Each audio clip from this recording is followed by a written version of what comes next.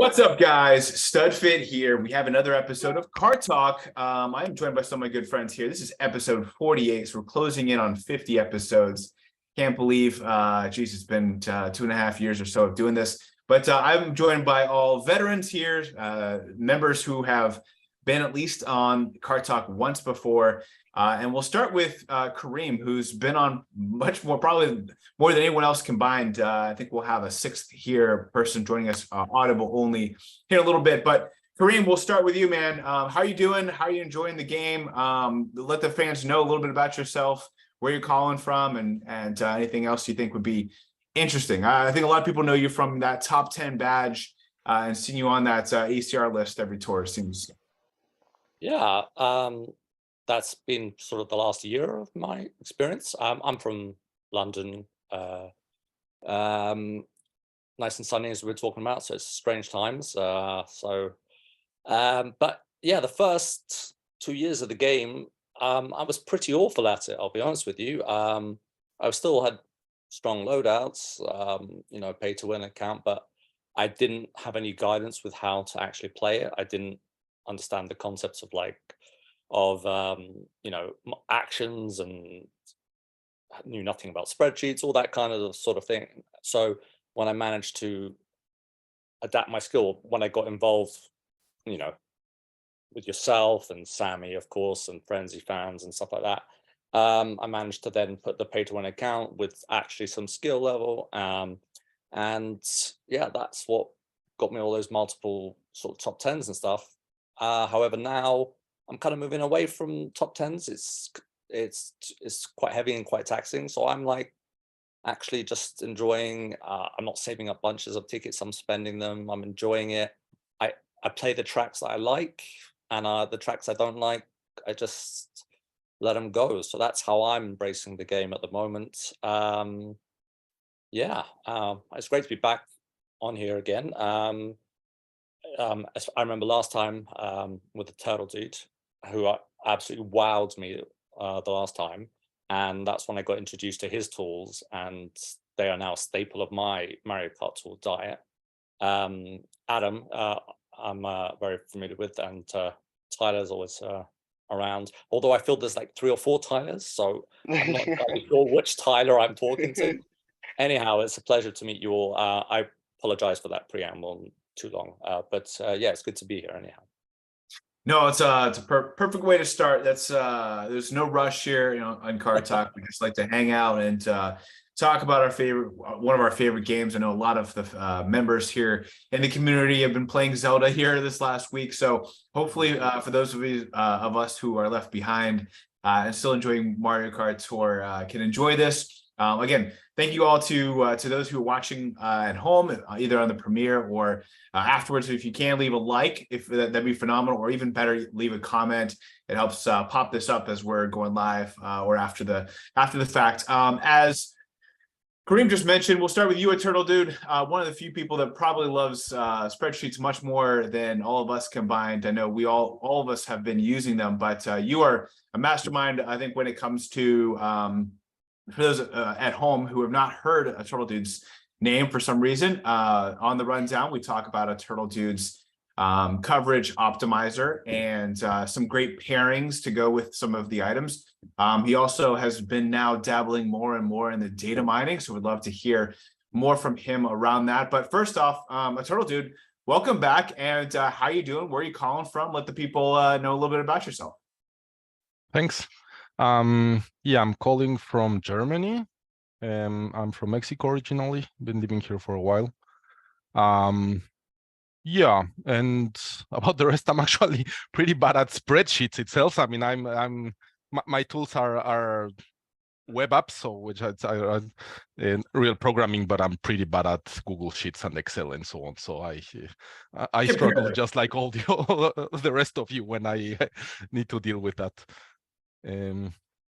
But yeah, yeah, and about the rest, Yeah, so I have two tools, the coverage optimizer and the ticket optimizer. The first one is, yeah, what's shown in the rundown, which is useful to know how to cover gaps with several items at once. Often it can happen that one item gives you, say, 20 tracks, but then once you upgrade that one, the next one will only give you 10. So that's 13 total. But if you do it in a smart way, you can look for which are the accommodation of two items that will cover the largest amount of tracks for you. And yeah, that can be better. Also, as I think we'll have that topic later, I'm using it myself less and less because as we will discuss later, for ranked, alt coverage has become pretty relevant because now we always get 5 out of 6 tracks that are new.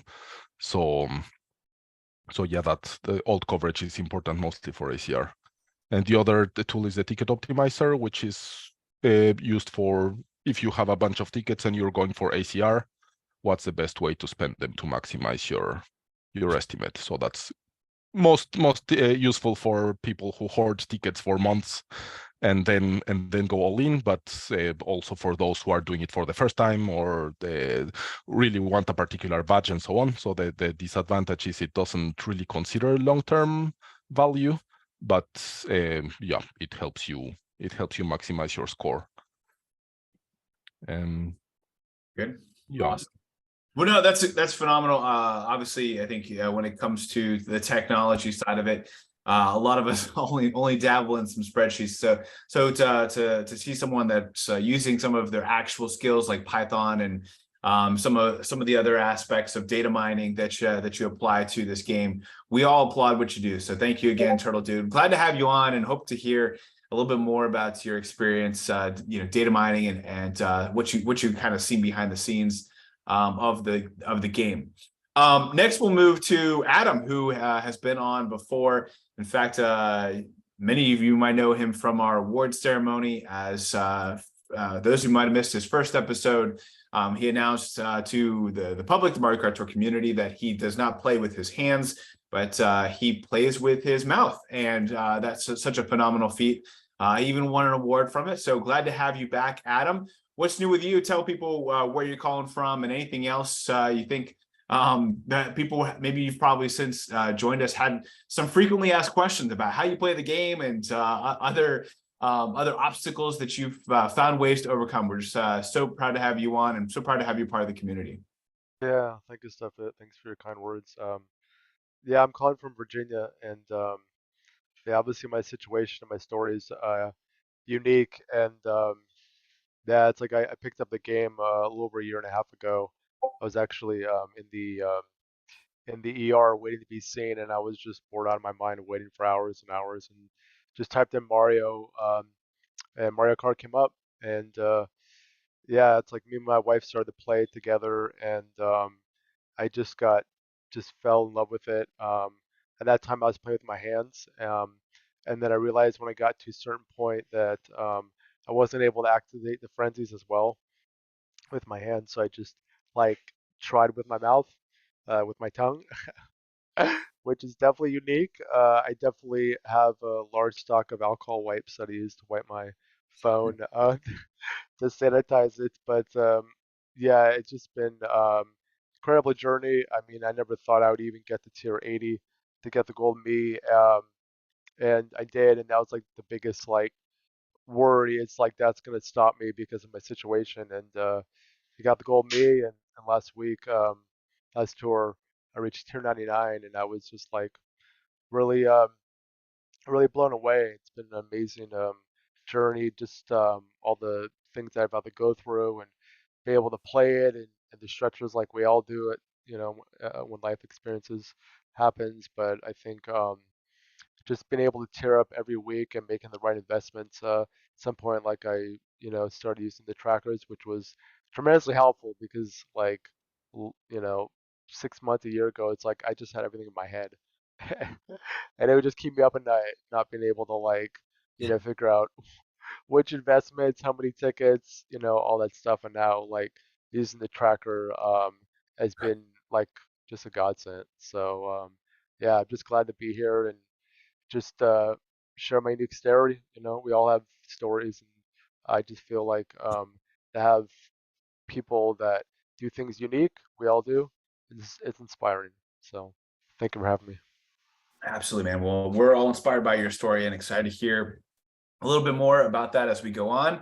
And then last but not least, again, we might have another member who is Adam S., who is from the UK. He said he'd be joining us audio only here in a little bit. And so hopefully we'll get him later. But the last person we're introducing face to face is Tyler. This is, we had ER Tyler a couple tours ago. I don't know, Tyler, if you have, but both of them spell it their name the same way, which is Tyler. But Tyler, do you want us to call us anything unique, or what would be your preference? And then also tell everyone where you're calling from and a little bit about yourself. I don't have a preference. I know I've been told Tyler Lemon is a good one. What else would I say? I don't know, like You're like, I was Lemon or Tyler first. What are you doing, Tyler? Come on, man. You know? it's hard to figure out like who's who. We kind of just like guess it every time when someone says their name in like a VC or something. But yeah, I'm from New Jersey. It's it's sunny over here, pretty comfortable. I've attempted ACR, I think like 2 times. I've failed both of them. The first one was back in the end of last year, winter tour. And recently the Yoshi tour, I just missed it by like 10K, which was sad.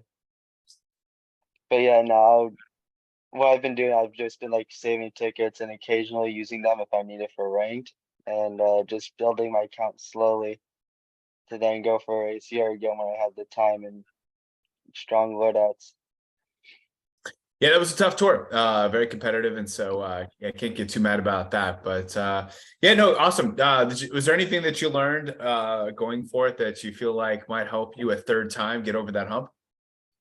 Try and pick a tour where you don't have to spend hours just grinding tokens from coin boxes. Yeah. I think I spent a total of like 2 days grinding, just manually grinding tokens, and finally getting rid of them. Man, it is a pain. Now, here's the thing though, is that if you can use like auto clickers or voice commands to get them all out early, then your competitors who don't do that, they might waste 2 or 3 days getting rid of tokens, and you can get a head start. So yeah, I mean, you can use it to your advantage, but I assume that you weren't using any type of auto clicker or voice commands. No, just manual. Donut planes, I think 2N or 2R. I remember that. Yeah, good. Well, for those watching at home, yeah, feel free to, I mean, honestly, I would probably use that to, if I were to go for top 10, I'd probably do a tour just like that, because I know it's going to take 2 days for the average Joe Schmo who doesn't watch the rundown, who doesn't watch Car Talk, doesn't know all these fun little features like auto clickers and voice commands to be able to get an advantage. But that's why we're all here. That's why we're all fanatics about this game.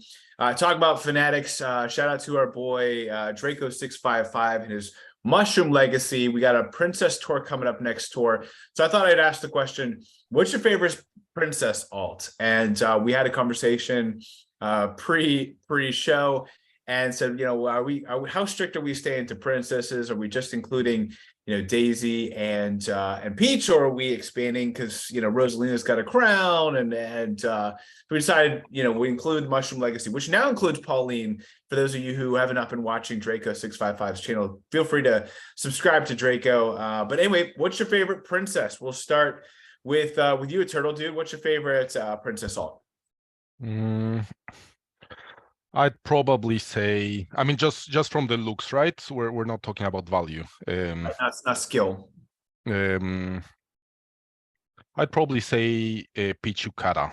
I like the kimono and like that Boo masks look pretty cool.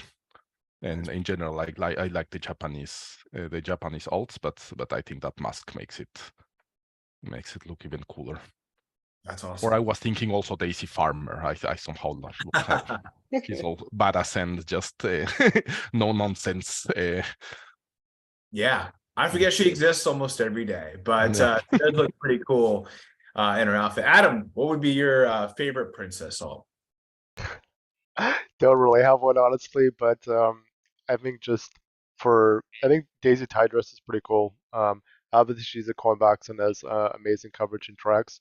But I think honestly, I think all the daisies are annoying as heck.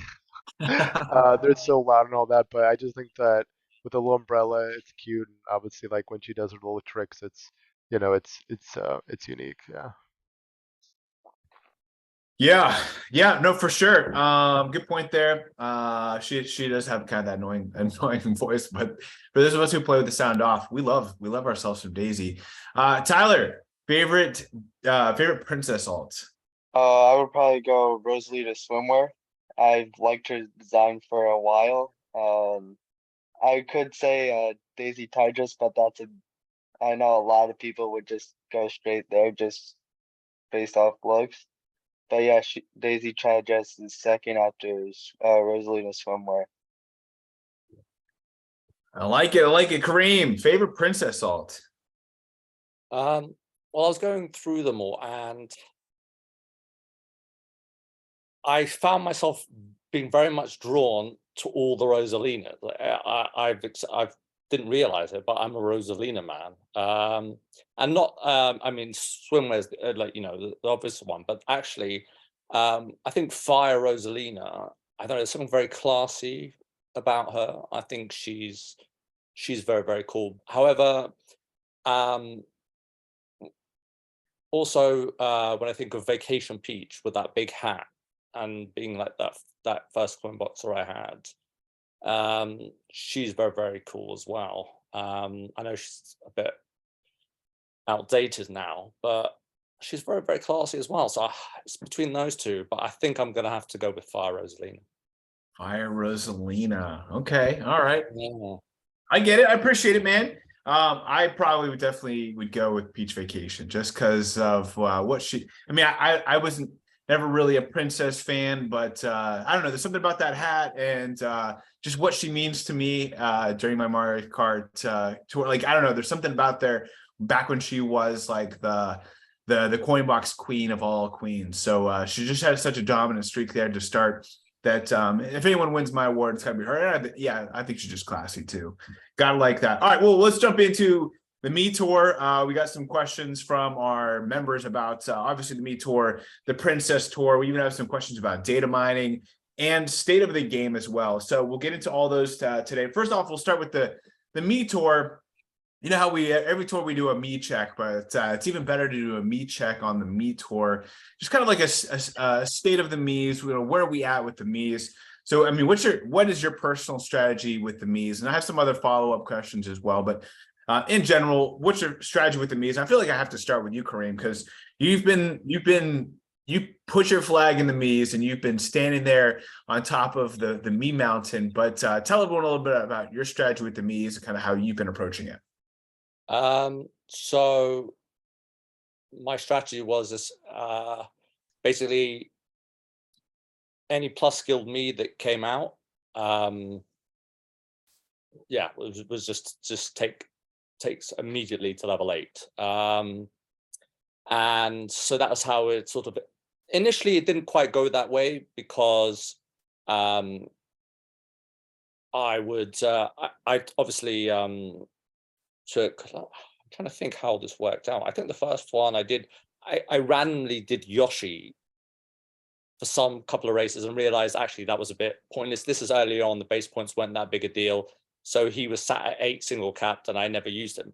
But as the game has developed, and I found myself not really using rubies for a whole lot, just be coins, or I would buy any of the sort of plus skilled dupes essentially.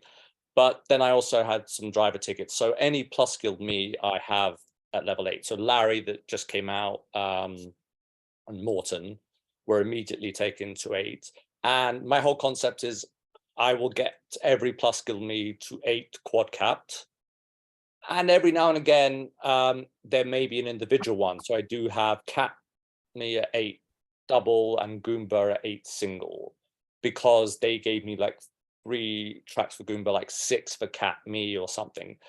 But as of now, yeah, like I won't be taking any of them to 8 until I've got the plus guild Miis at 8 quad. And it's quite a shame because the whole other part of the game, like Meowser through everyone else, luckily I took Gold Chuck and Space Toad early. I can't see myself investing in any of them, like Blue Shy Guy or whoever, you know, if a new princess comes out, even if she's Coinbox or Boomerang. So it is a bit of a shame, but it does make drivers the easiest thing to invest for. Like drivers, I don't worry about. I know exactly what I'm going to do. The only thing that they throw up is if they throw in a Coinbox Mii, followed by a Boomerang Mii, followed by, then okay, whatever. But until that happens, my entire spreadsheet time is on carts and trying to factor in their sizes and stuff like that. Drivers take care of themselves because I'm so heavily into the Miis. Yeah, it's rather boring, I'll be honest. So you feel like it's investing in so strictly in the Miis or so strictly in the meta is kind of boring? I do. So like, I mean, there's two parts to me. So I love the investment side of Mario Kart and I like winning. Now, investing in the Miis makes me win, but there's no real I'm not finding any investment. Like I took Larry and Morton to 8 triple cat, both of them. No, that wasn't some big brained idea. It's just kind of obvious. There was a point in time when it wasn't obvious. And that's when I made my gains. And I've noticed now, like I used to be able to shoot people off the park with my loadouts, forget any skill.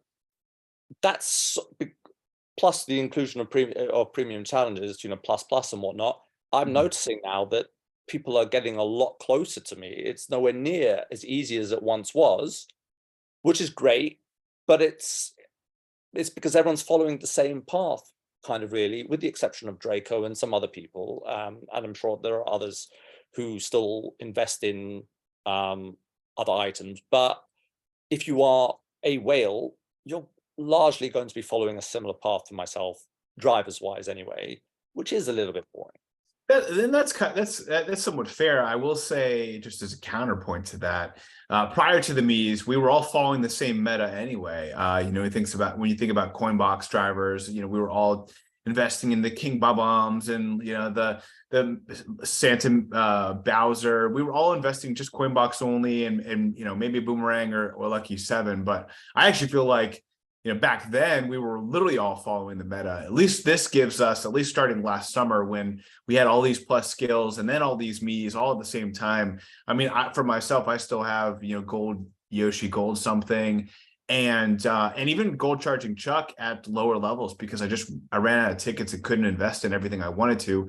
Now I did go into PD Piranha Gold, which I regret. I wish I would have put that into even, cat Mii at this point, just because he's been so lackluster. But I don't know. I feel like as a counterpoint to your argument, I almost feel like the meta was followed probably even closer prior to the Miis for the driver. Yes and no. Yes, I mean Coinbox is king. I totally get that. And it so happened that the smaller coin boxes came early, so they were heavily invested in already. But like Boomerang was only beginning to be found. And I think you'll find that it was quite like I never took a Boomerang driver prior to I think it was based. I never took them past 8 double cat. And they have a lot of tracks, and I see a lot of people who have Ninja Shy Guy 8 triple. How many people do you know who went in heavily on Samurai? Not that many, but there were some. There was a bit of variety. They didn't offer as many giant banana opportunities. So I do see your point, but it's this whole base points category element, which kind of makes the skill, kind of redundant in my eyes. If you're playing to win long term, and you are someone who spends some money on the game, and that's a big caveat to that, is if you're someone who spends. If you're not, then I totally understand. It's a different ball game. But for hardcore people such as me and yourself, Studfit, the whales that we are, I think our accounts are going to be much more similar now than they were back in the day. You know, the Lucky 7 drivers, the Boomerang driver variety, and whatnot. But maybe I'm wrong. I do take your point.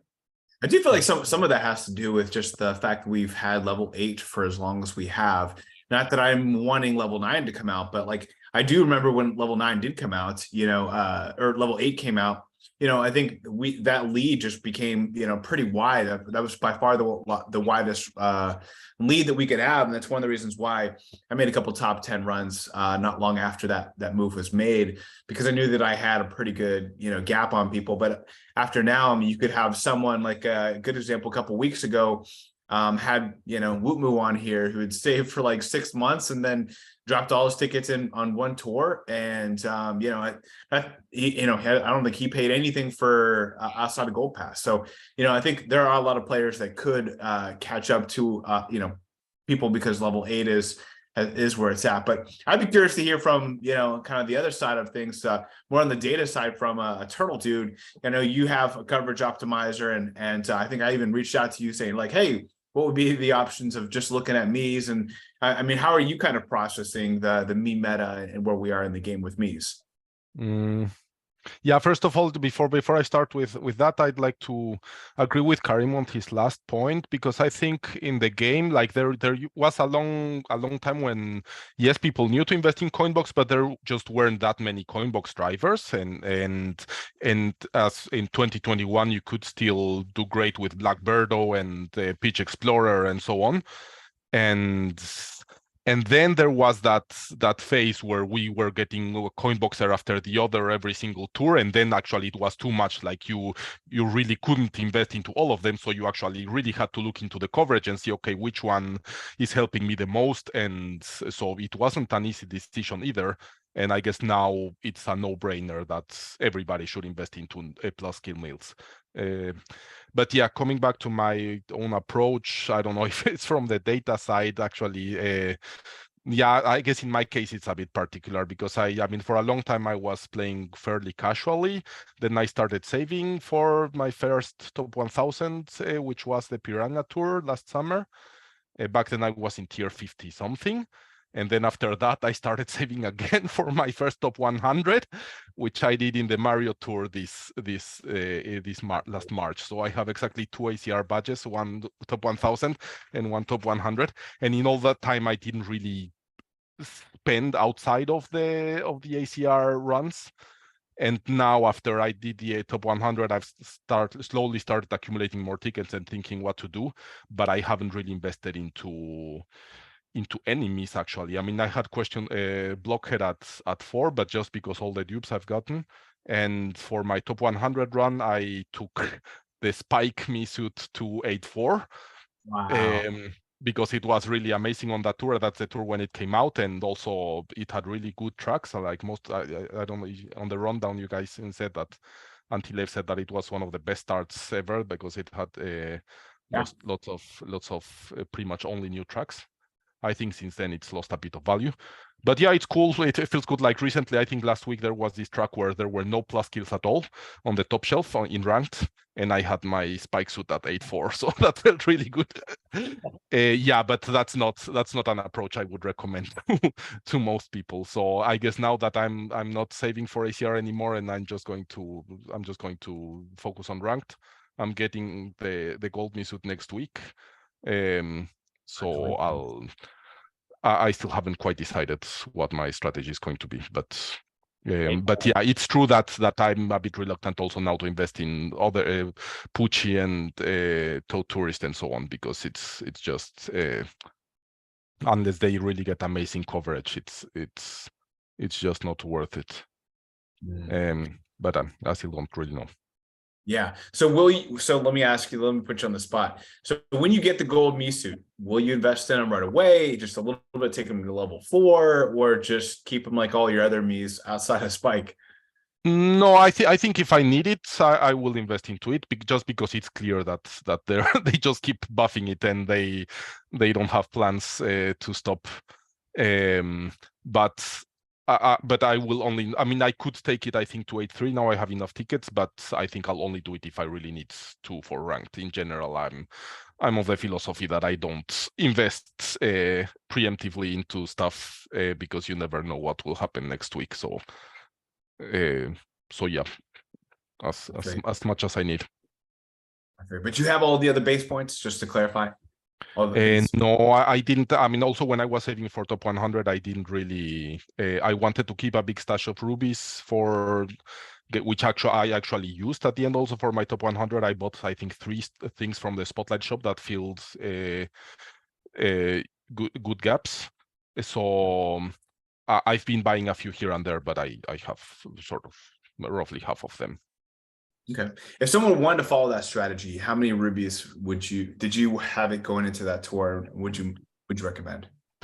I don't know. I had maybe 600 or so. Yeah, it probably also helps that I didn't have my daily selects maxed yet. I did that recently, but yeah, I mean, I would say to buy. I'm actually going to add in the next few days that feature to the ticket optimizer, where you can also just add all the Spotlight shop items into your inventory, also as fake, and so that you can then see what is it worth it to buy from the Spotlight shop if you need to. But I don't know. I mean, I did end up buying, as I said, I think 1 driver and 2 carts and 1 glider or something like that. So I don't know. It doesn't hurt to have a few hundred. Okay, good to know. No, I'd love to, as we get in, there's a couple questions about data mining, and we'd love to carve out a section there where we hear a lot more from you about data mining. But let's continue on the Mii conversation. Let's go to you, Tyler. What are your thoughts on the Miis? How have you approached the Miis? And maybe kind of we'll dive into some of the questions that have already been alluded to by some of our fans here about investing in non-plus skill Miis, and then how do Miis impact the non-Mii skill drivers like Toad Tourist and Poochy? I think at this point, Miis are just like, you have them. They're part of the meta. They're just gonna become so broken that people are just gonna have to invest into them at some point if they keep on getting base points. Pretty much the only Miis I've actually invested into are the Question Block, PD Mii, and the King Boo. The reason why I have PD Mii at high level is for the ACR that I went Question Block, just because it was a good suit when I first got it. And was it the King Boo I just had casually bringing up. It's just stayed at 5 for this longer time. I would say trying, if you're like free to play, kind of just like casually buy Miis. You don't have to have like every single Mii at one point. I know there's going to be some exclusive just to ranked at some point in the future. And if you don't get them, it's not like the biggest deal. It's only like 10 points. So Okay. kind of just, and with the non-Miis, kind of just see what works best for your account, invest into those, and go from there. Okay, so I guess as you kind of fill out different spreadsheets and you try to get your coverage, do you have any hesitation investing someone like Poochy or someone like Toad Tourist if it makes sense for your account, or when does it not make sense? I don't have any hesitation investing into any of those. If it helps me a lot, I would just recommend invest into it, unless there are alternate options that give you the same amount of coverage as say Toad Tourist would. And kind of, I would say kind of stay away from like the random drivers. Like if it gives you like one track and like ranked, you can just leave it like where it is if like you don't need to invest into it at all. Okay, that's fair enough. Can't argue with that. And Adam, what about you, man? Obviously, as you probably have to take a unique strategy. I mean, how are you approaching the Miis? Is that something that you invest in heavily, or you still want to use some plus skills? And are there any skills that you shy away from just based on how you play the game, like things like this boomboxing in something you enjoy doing with some of the limitations that you have. Yeah, I think I've gotten all the Miis. In the beginning, I was like really hesitant, but then I just realized, all right, like long term, I think it might be the best thing, and obviously it's paid off, for me. And yeah, I mean, like when I got the gold Mii, I was just like concerned if it was gonna get more tracks. I wasn't quite sure, um, and now it's like it's in rank like every week, and I'm kind of getting a little bored with that, you know, because it seems like everyone, for the most part, has it, 8 quad or 8 tripled, or so it's. I feel like it's kind of the like Kareem is saying, like it's kind of becoming more and more where there's not much of a huge difference in score. It's kind of level the playing field. But for myself, when I really thought about it, I think kind of who Sammy or someone said like, if it's a non-plus me and you're playing, it's like all you're just really going for is double coin, frenzy. And for me, that'd be terribly boring, honestly. Like, um, I still enjoy the original characters, but I have to realize like I have to really balance like the Miis and like the regular characters, because obviously if you invest too much in, just regular characters and people have, high Miis, then you're not gonna win, right? And so, like for me, it's like investing in a non-plus me like triple banana, I would still get joy from. Like I could just feel that would be good. Like Cat Me, maybe, even though it gives me the most tracks, like just going for that like bell and coin. I mean, it's not very, exciting, but obviously like most of the plus me's, I have pretty high up, like 6 or higher or 7, and for me that brings the greatest joy. Like Boomerang, like Larry Me, like I just was so stoked to take him to 8, this tour, and it paid off. Like you were saying, like for me, Boombox, like I love Triple Banana. It was great, but then I realized when I was getting higher up in the tiers, like I need something more. And obviously, Boomerang has a higher ceiling. And so for me, I feel like I'm able to actually, with the Laramie, I'm able to kind of get those higher action counts. Like almost close to 200, and for that, like I'm happy for it, because before it's like triple banana or giant banana, like I could get maybe 140, 150 when the it was like 200 was the was the action count. And so for me, I'm loving Boomerang. I'm like when I get a Boomerang frenzy, it just like it feels amazing. I remember like Raker was saying that like way back, like when you get that, it's like it's none other. And now I'm actually like getting it, and with it having a me as well with the points is just, it's beautiful. So yeah. No, I love that, man. And I think like all of us, want to have any advantage we could possibly get. But I feel like for someone like yourself, like you feel like if I don't have it, I'm putting myself at a disadvantage that I just, you can't afford to not have that advantage. And I think we're all kind of feeling that way too at the meta of the Miis is like, is as chalk as it is, it's like you have to do it. You have to invest in these plus scale Miis. And anyone who's not, like, that's fine. They'll enjoy the game. It's perfectly acceptable. But the score is just not going to be there, and it can be tough. I've even had some great conversations with people after some of our last few card talks, who has still kind of said, people don't have to invest in these. I agree with that. People don't have to, but I do think the score is substantial. And I was talking with one whale who was saying, "Hey, I get top 100 all the time, even without investing in all these Miis."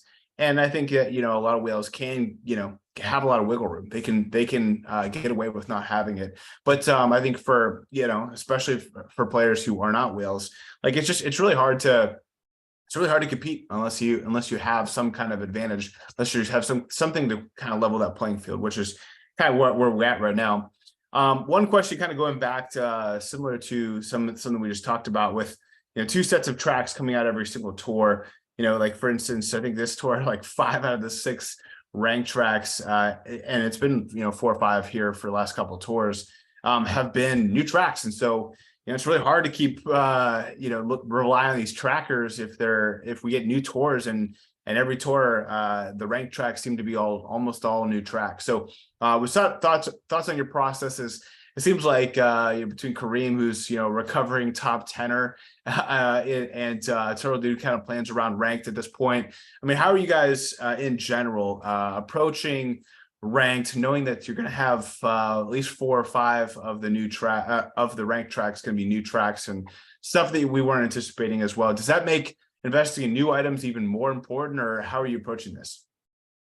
Well, so I can speak for myself. So as boring as I found the Miis, the actual interest is in the karts and the gliders because of the huge amount of tracks, the new huge amount, I mean, whether it's the Comet Tails or whether it's the new 8-bit gliders or whatever it is, and the immense amount of tracks, that is where I find your investment strategy will really pay dividends if you do it correctly. So I like doing new tracks, that's fine. And I'm rarely, okay, yeah, I've got a very strong account. It's very rare that I'm stranded with a bunch of tracks where I've got like no top shelf or nothing. But my general philosophy, and I'm actually quite strong about this around karts and gliders, is you may want to single cap something. Obviously, this is depending on your level, but I'm assuming at the higher end, is I think a double cap is a waste. So I will not double cap something because it's very easy to throw 6 tickets onto something because you get 7 in ranked. And then that you can end up with a whole bunch of items that are double capped. So sometimes I might throw a single cap, and even that I've stopped doing. I pretty much, if I'm going to invest in something, I call the decision, it's a triple cap, or if I have the tickets, it's a quad cap. I lock down its tracks, and doing that way. So I'm not investing as regularly as some do with just double caps, single caps, double caps. But I then get a sort of, I've managed to create an account where I've got a lot, because I'm in on the big meta items at high levels, that I only ever really run into maybe like one track that I struggle with, and I'll have enough tickets to cope with that one track. I don't run into a whole ranked where I'm stuck. Granted, this is off the basis of the long term of doing this, but the thing I hate the most is I hate overlaps, I hate counterfeits. And that for me was 7 double capped or 8 double capped or whatever. And so, like, let's say I like the new Cupid's arrow that comes out. If I do, then she'll be triple capped or quad capped. If I don't, then she won't. That's my philosophy, because that's the best way to use tickets. And I like that because it creates another new strategy. And I like new tracks. Like, how can you not like new tracks where you might turn up and think, oh my God, I don't have the items for this track. Well, so do your opponents as well. Like, It's true. Remember when we used to complain rank was too easy, and then we complained it was too hard, and then it was too easy, and then it was too hard. Like, we're never pleased, but all you can do is what you think is best. And if it means a short-term hit for a long-term progression, then I think that's the way you got to take it. But that's me and my very methodical approach to investments. I understand other people have the impulse control of a 2-year-old and will just see something and cap it. You can probably talk about me there. So yeah, that's generally how I do it. Yeah, no, I think we even had a conversation in my server just about following some of the meta. So like one of the situations that I was in this past week was looking at this this one track that was just released where I didn't really have a good option for carts. I think my highest level was the Sakura sports coupe, because I had a level 3, and I wanted to take something up. So I looked at the jumbo jetter, I looked at the red off-roader, and a couple other items to see if it would make sense for me to take it all the way up. But both of those 2 items, both of which I love for different reasons. The red off-roader obviously been a top 10 gladiator for quite some time with very large hitbox.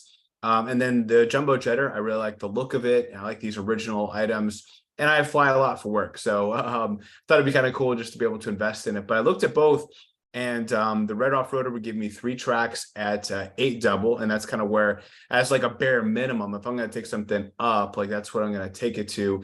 Because even at 8 triple, I could have something else at 8 triple, and I wouldn't necessarily know. But I think at 8 double, it puts me in a spot where I can say, okay, wow, okay, this is like the obvious. It's kind of filling those gaps you just mentioned, Kareem, where it's like occasionally you get a track where you're just like, you're just empty. And there's a couple of those, even this tour, on different tracks with gliders or with carts. And so I was playing around with some options, and then I saw a couple people, including Raker and Edito, post about the pink Comet, and I looked it up, and it gave me 8 tracks as compared to 3 for the red off-roader and 2 for the jumbo jetter. So to me, it made a lot of sense. And I think you chimed in. You want to kind of jump in and kind of state your case. I think you said, hey, you know, I'd rather stick to the meta than try to do something a little different. And now, in my defense, I hadn't invested in any new cart that came out in 2023. And here it is. We're like finishing up 5 months into the year, and everything I've been investing in has had established, quote unquote, coverage when it came to investing into older items. I mean, I think some of my newest investments were like the Flowery Badwagon, because it made a lot of sense for my account, etc. So, or Blazing Eagle, which even seems new, but it's been around for now like 8 or 9 months. So I think for me, this was definitely one of the most risky moves because it literally just came out. But for something that gave me 8 tracks right off the bat, this is a great tour because there are a lot of tracks that I didn't have well covered between the different mushrooms and shrooms and bridges and other stuff going on. But tell us a little bit about your thought process on that, Kareem, while we're on the topic. And, you know, I think if you had to pick between a meta item or something that just kind of fills a lot of gaps, how are you approaching that? Oh, so I did the same thing as you did at that tour. I took the red Comet to 8 triple caps because it gave me immediately, it gave me like 3 tracks in ranked off the bat, and I was like, whoa, okay. And so I almost never, a new item gives me like at 8 triple will I get like, assuming it gets 10 tracks, it gives me 7 tracks off the bat. So that's 7 improvements and a whole buffing cycle. So every now and again, that item will come out. But that's kind of a rarity.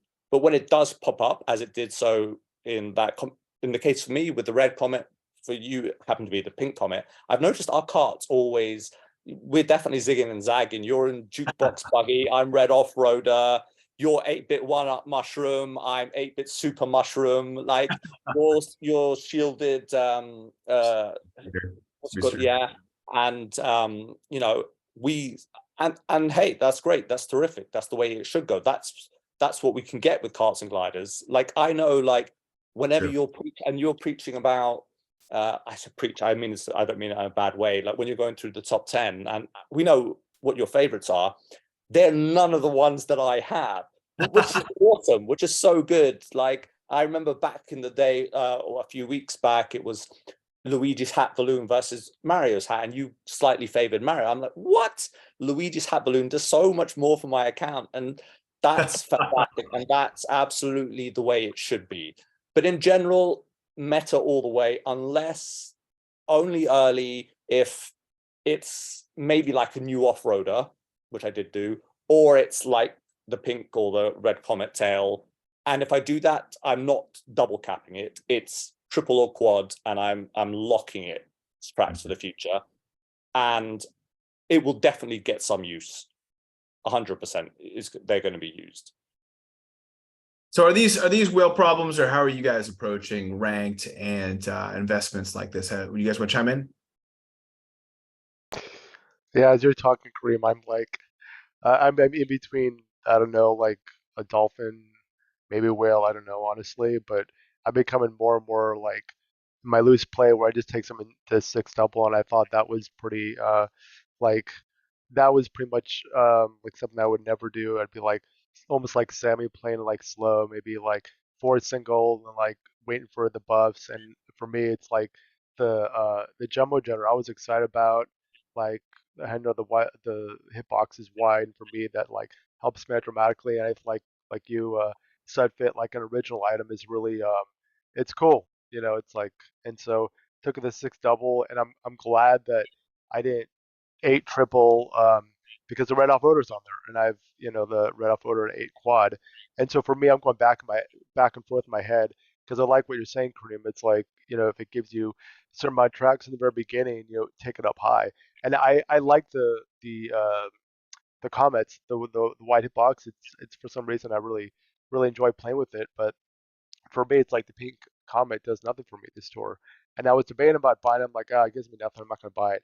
But when you took it up, Studfit, I'm like, every cart that I followed with the White Bruiser, Tropical Truck, Shielded Speedster, they've all like have done amazing. And I always kick myself. I'm like, man, I always, when I think of Tropical Truck, I always think of you. I only did it for single cap, and I was like, man, I should have done it. And now I'm just like, it gives me no tracks, Pink Comet.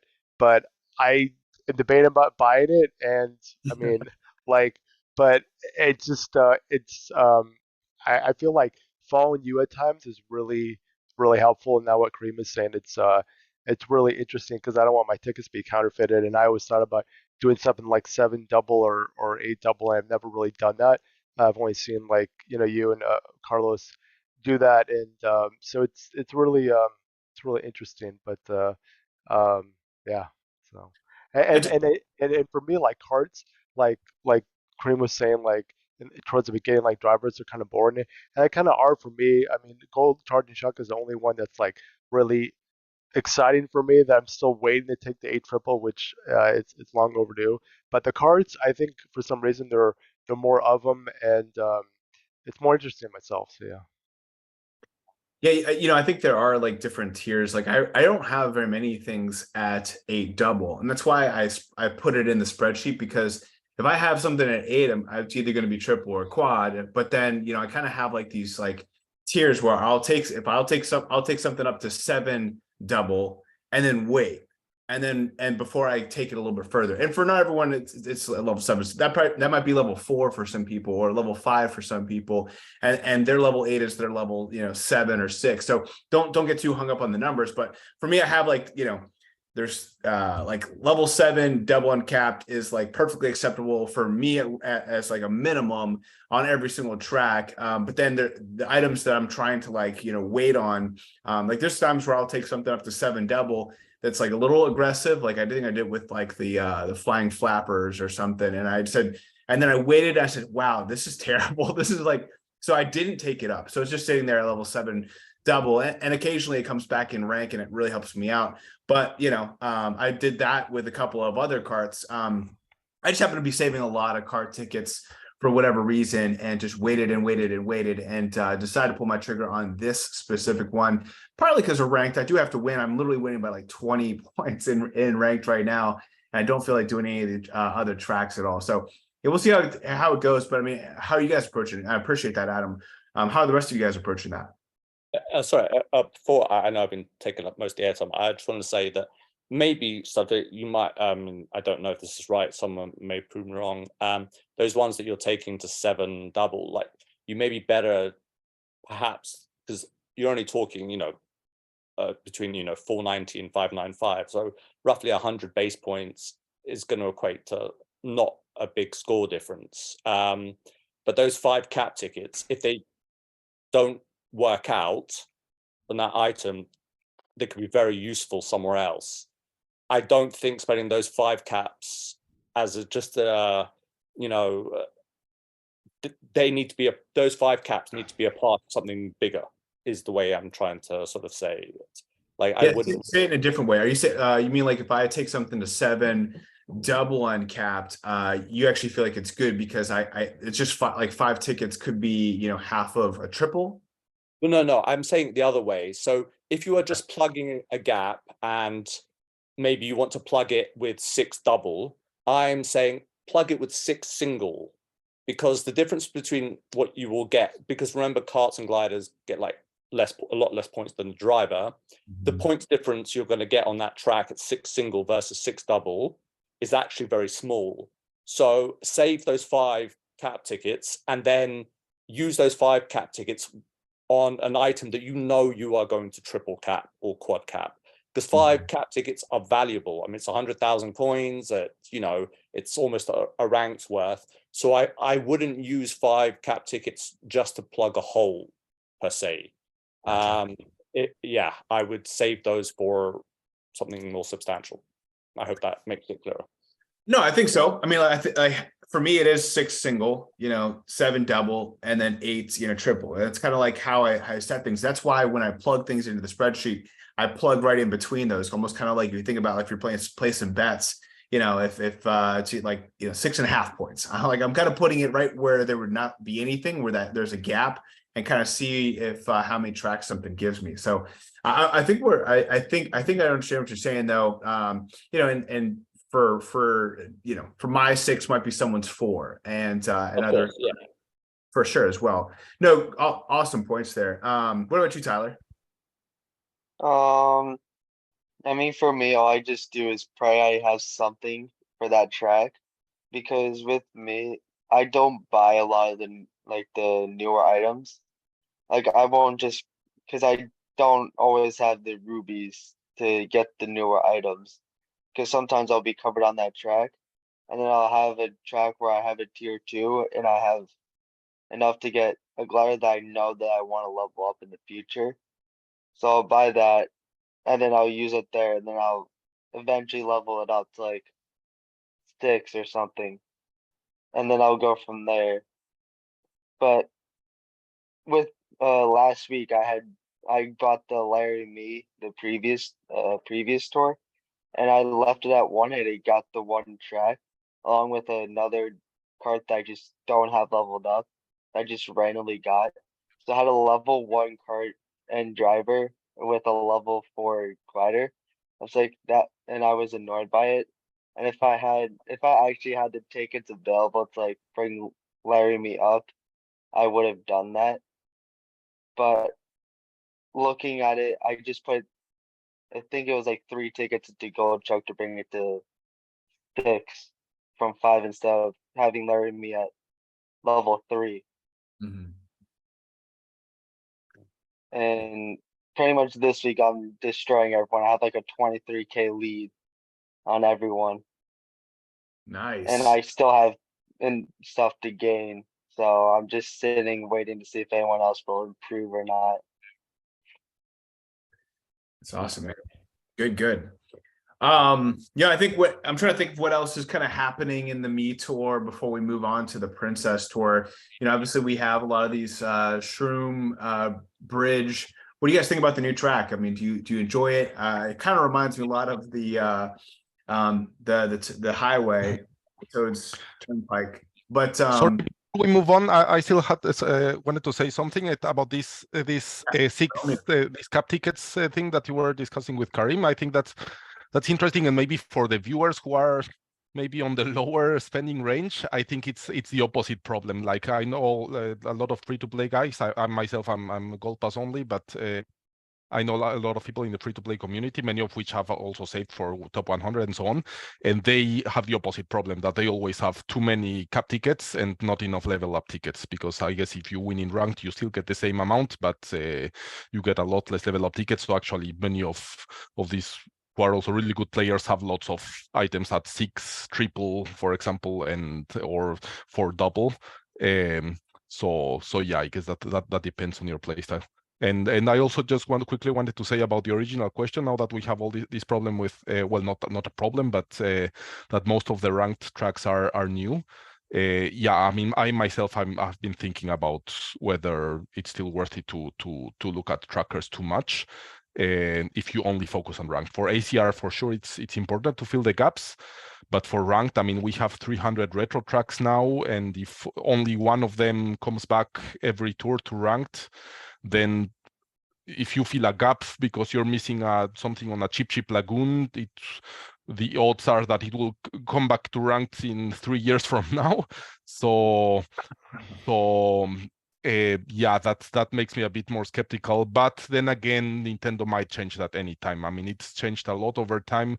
We used to have some periods where we got a lot of new drivers and barely any tracks. I think 2021 it was as well. So sometimes we would get no new track at all, and if anything, we would get one. So it's still possible that in a few months Nintendo will again do a huge turn and do something completely different. So it's hard to say, but yeah, I myself am also tending into investing into newer items that also fill a reasonable amount of gaps, but mostly that to make sure that they'll be around for a while. I mean, Yeah, when you're building out the coverage optimizer, I mean, how are you, because I know that oftentimes I use the filters of just putting in tracks from like the last, I think we started seeing like all these new tracks really kick into play, like around New Year's of last year. So that's kind of the one I put in, and I just look at tracks since then. So it kind of includes like Sky Garden and other stuff that we may or may not see again. But I think in All Cup ranking, we're more likely to see some of the tracks since then more often than, as you mentioned, like Cheap Cheap Lagoon. But again, they seem to like Cheap Cheap Lagoon, so who knows? But I mean, how are you kind of assimilating all of this into your coverage optimizer? Yeah, I think that's a weakness of the coverage optimizer, that it's a binary thing. So either you consider a track or you don't. That's where other tools, for example, like ticket time, are better, because there you have like a gradual, or also the trackers, you actually have a value that is gradually decreasing the older the track is, and the more buffs it has, the less potential buffs it has. So I think that's something where probably other tools are better in this particular situation. Because yes, I mean, I also, when I use it, I also arbitrarily choose some time and say only consider tracks from this point, but it's still not super satisfactory. Yeah, like I personally like try to add in sections, so I look into how recent the track is. I'd also look at the how many actions does the track have, because a 120 or 140 action track is worth very different to a 220 action track. Now, I understand that this is extremely nuanced sort of, and I'm sure someone has come up with some sort of program somewhere, or will do, to assign a value to each track itself, not just based upon its recency, but also, or whether it's been ranked, but also in actually how many points does the track give you? Because if your cart is on a bunch of 200 action tracks, then that's amazing. That's terrific. If it's a bunch of little vanilla lakes and stuff like that, it's maybe not as, but you still need to fill those gaps. Don't get me wrong, but it's just a further way if you want to dig a little bit deeper, which I'm always looking for. I'm always looking for a little edge here or there. Yeah, there's always something to be found. Yeah. I just wanted to say that's pretty much what ticket time does. I don't know if you've tried it, but it precisely assigns this to each track depending on the number of actions, and then for each driver calculates sort of the score that you would have on that track, and then rates items based on this total score. So if an item has lots of 200 plus tracks, or not lots, but a few, and then you have another one that has 5 vanilla lakes or something, it will possibly rank the first one higher, and it considers all of that plus course recency and so on as the age of the track. So yeah, I actually think I pasted to Studfit my top 10 on ticket time, like I think last week in our group chat. So yeah, I've only really started using it as of last week, so this is a new thing for myself using. So that is very useful if you want to go further in depth. Absolutely. Yeah, it would be nice to see more of that included. I think at this point in time, there's just so many variables, and we're all trying our best to try to bring value to our accounts with that. But it's becoming more and more tough. That's why I think, all this being said, unless you're going for All Cup ranking, it's really hard to really put too much stock into the coverage of anything. I think for All Cup ranking, like it's extremely helpful. But to your point, Kareem, I know that there was like a track where I saw like I could, like, a good example would be this Koopa Cape RT. Like everyone's getting like 70, 80 points on it. It's like absolutely ridiculous. Whereas like I know just in All Cup ranking, I saw one of the Ghost Valleys where my max is like 40 points. And I'm like, you know what, I'll leave. I'll be happy to not like grind that one out. And not, whereas with Koopa Cape, I'm gonna get 200 actions and like as a bare minimum. And so, I think that there is more potential though if you were to get, if the ceiling for a Ghost Valley is 140, then there is more incentive to get 150, because if you're going to get over 140, you're going to get every single point. Whereas if I think the ceiling for the Koopa Cape RT is like 240. If you were to get 260, you're only getting like 1,000 extra points. So it's really not going to help you over 200 actions. So like maximizing these shorter tracks is really, really helpful. However, to your point about the like what kind of coverage you have, that's going to be really tough. There could be some people who say, you know what, I'm going to invest in, because of that, I'm going to invest in some of these shorter tracks because I know that if I do exceed that ceiling, I'm going to get more in return. So there's that too. So I mean, people could zig or zag, whichever they prefer. But yeah, I think these are all really good points. At the end of the day, are we just over the rundown? I mean, when we're talking about ranked, it is yeah, like whether it's luck, which I don't think it is, these items keep appearing in ranked. So it is very obvious that Nintendo has its items that it likes. And it's maybe not obvious for us just to see as you play the game, but when you sort of take all the data, as you and Antonev do on the rundown and with Larry's help and stuff, it's like we keep seeing the 8-bit one-up mushroom. We keep saying, seeing, the Blazing Eagle, whatever it may be. There's definitely common themes and threads. You can't guarantee with ranked at the moment, but you can help yourself. So yeah, I think there's definitely something to be said about that.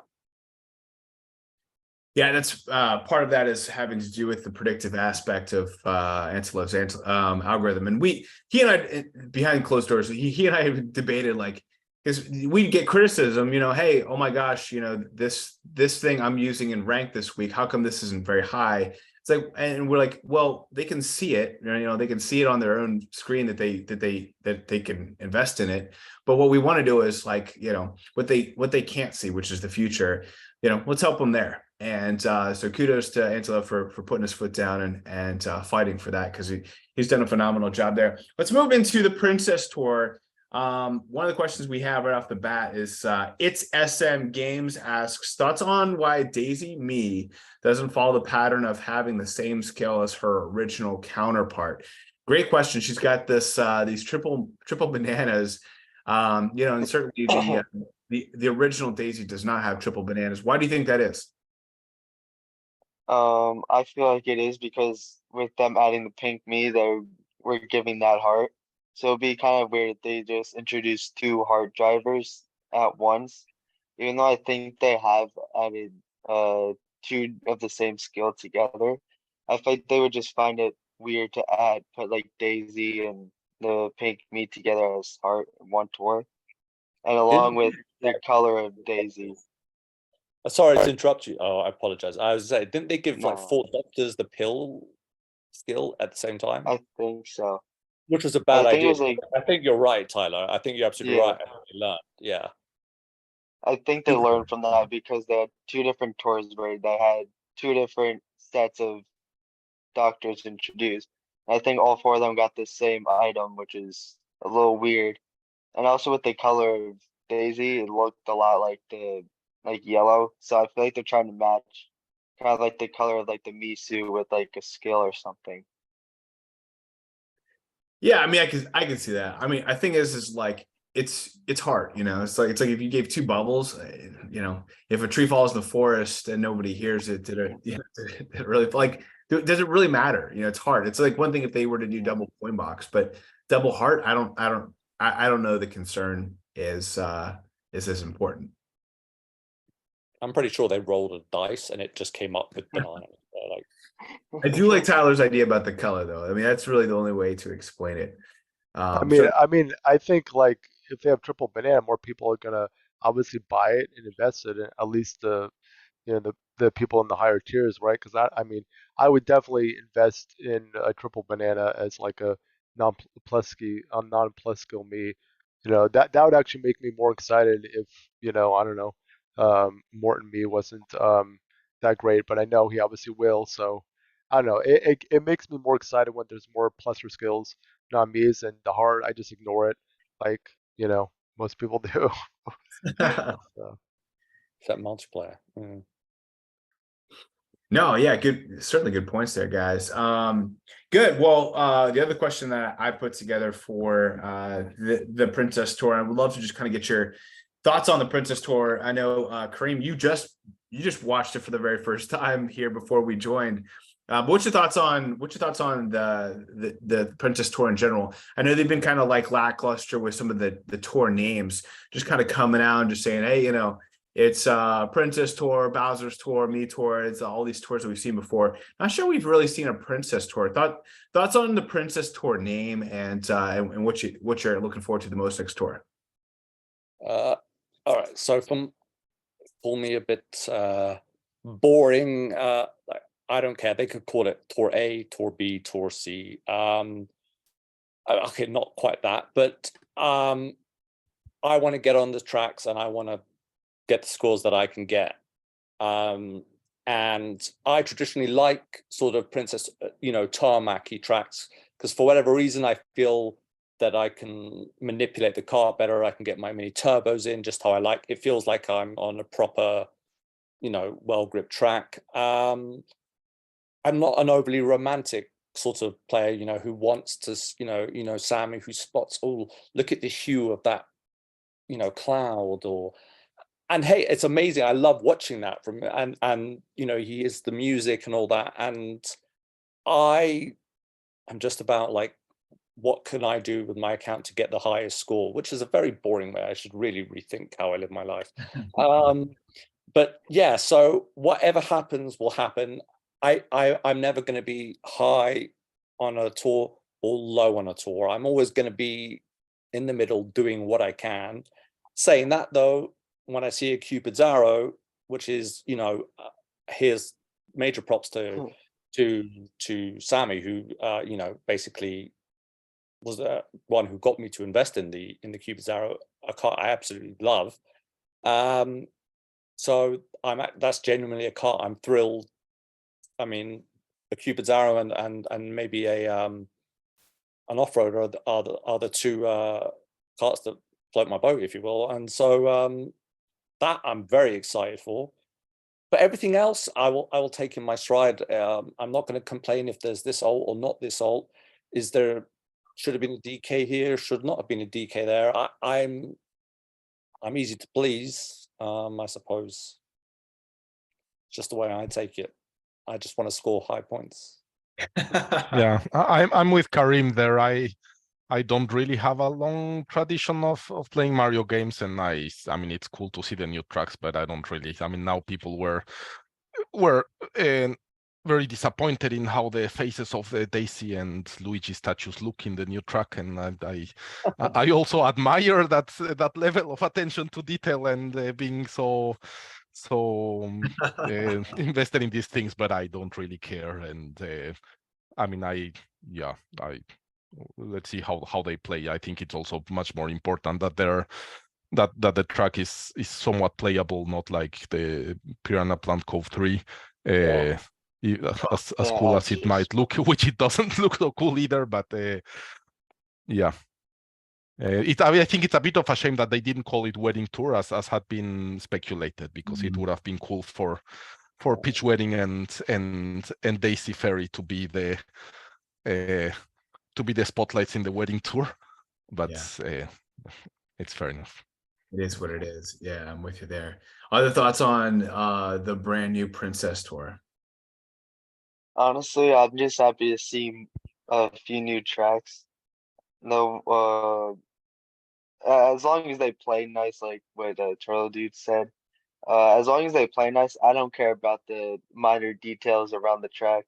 As long as it's very similar to what the original track looked like, it just doesn't matter to me.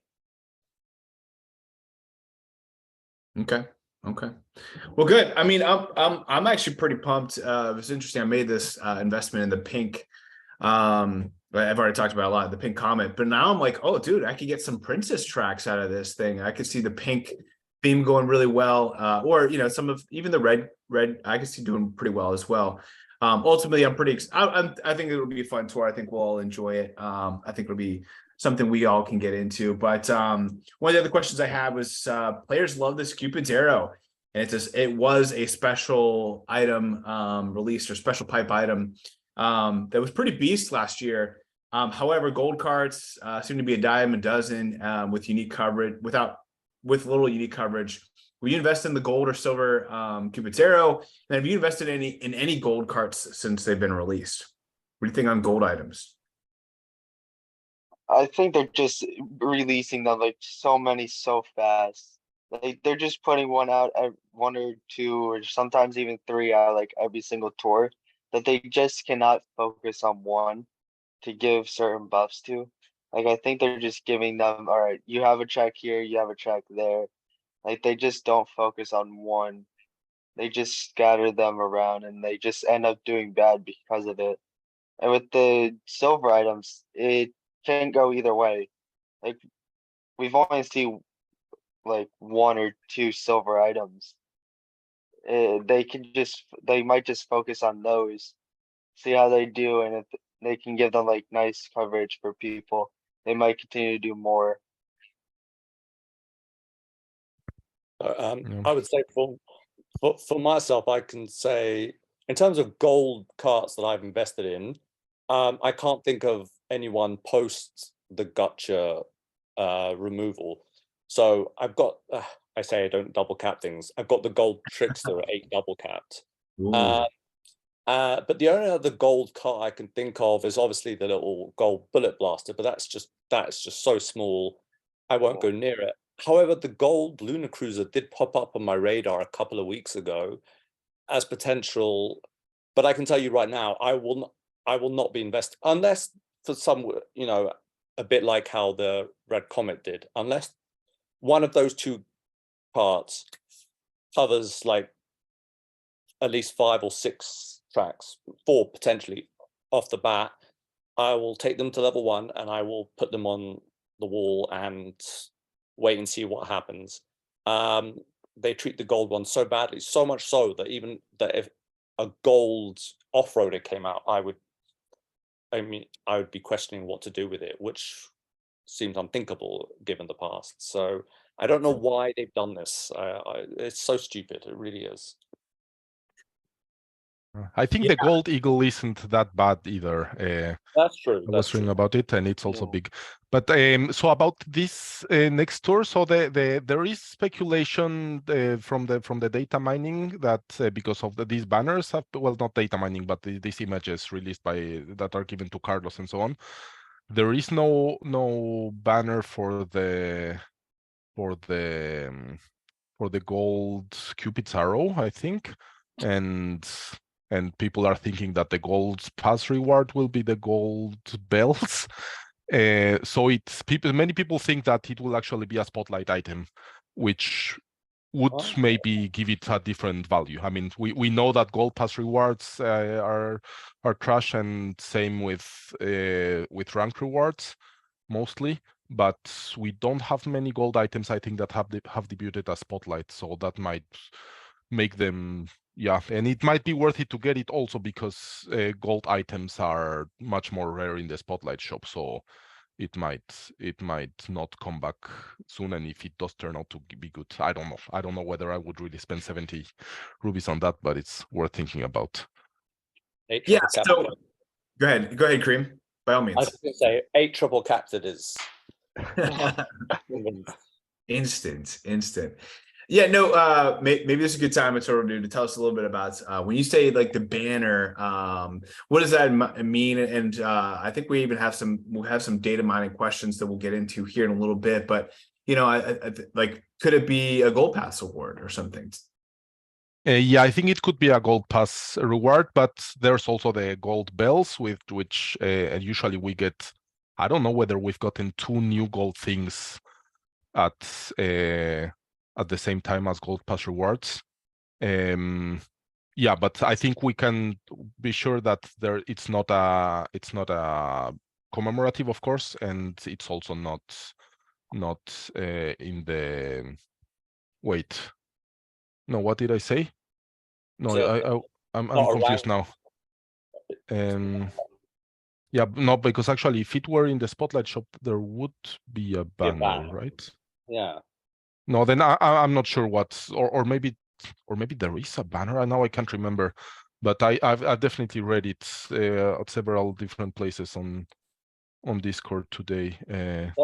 That ruined the dream for me. You had me there. I'm sorry, Kareem. That's on me, man. That's my bad.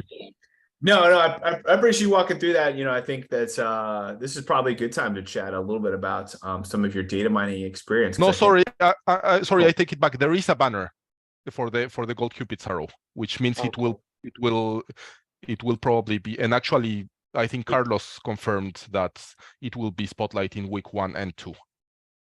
So I got that. Okay. I got all right. up. So that means it's definitely gonna be in ranked. Oh yeah. Yes. Oh, for sure. Probably minimum 2. I'm hoping for like a 4. Yeah, go on. Nice. Like a 2 without the level ups, then 1 at 3, and then 1 at 6. That's why at level 8 you don't have these problems, Tyler. I'm joking. He's just joking. All right, yeah. I'm being little facetious there. No, I appreciate the jesting.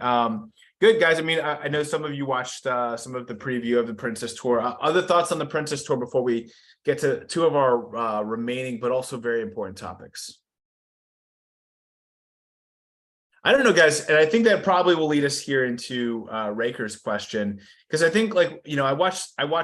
Honestly, I saw that it was a Princess Tour, and then I went about 2 hours into my day. I said, I never even watched the video of the Princess Tour, because I literally saw it and I was like, I'm not too hyped up on I don't get too excited about like what type of tour unless I see like it's a a Poochy or something. I felt like they were doing a pretty good job there for a while, bringing us some really cool new stuff. And Princess Tour doesn't seem too exciting, which kind of leads us to Lakers' question, which is that he still loves to race the tracks he's toured and doesn't want to sound negative, which means he's probably going to get negative. But is the game slowly dying? Very few non-Mii drivers, mainly gold, silver, and other colored reskins of existing karts and gliders.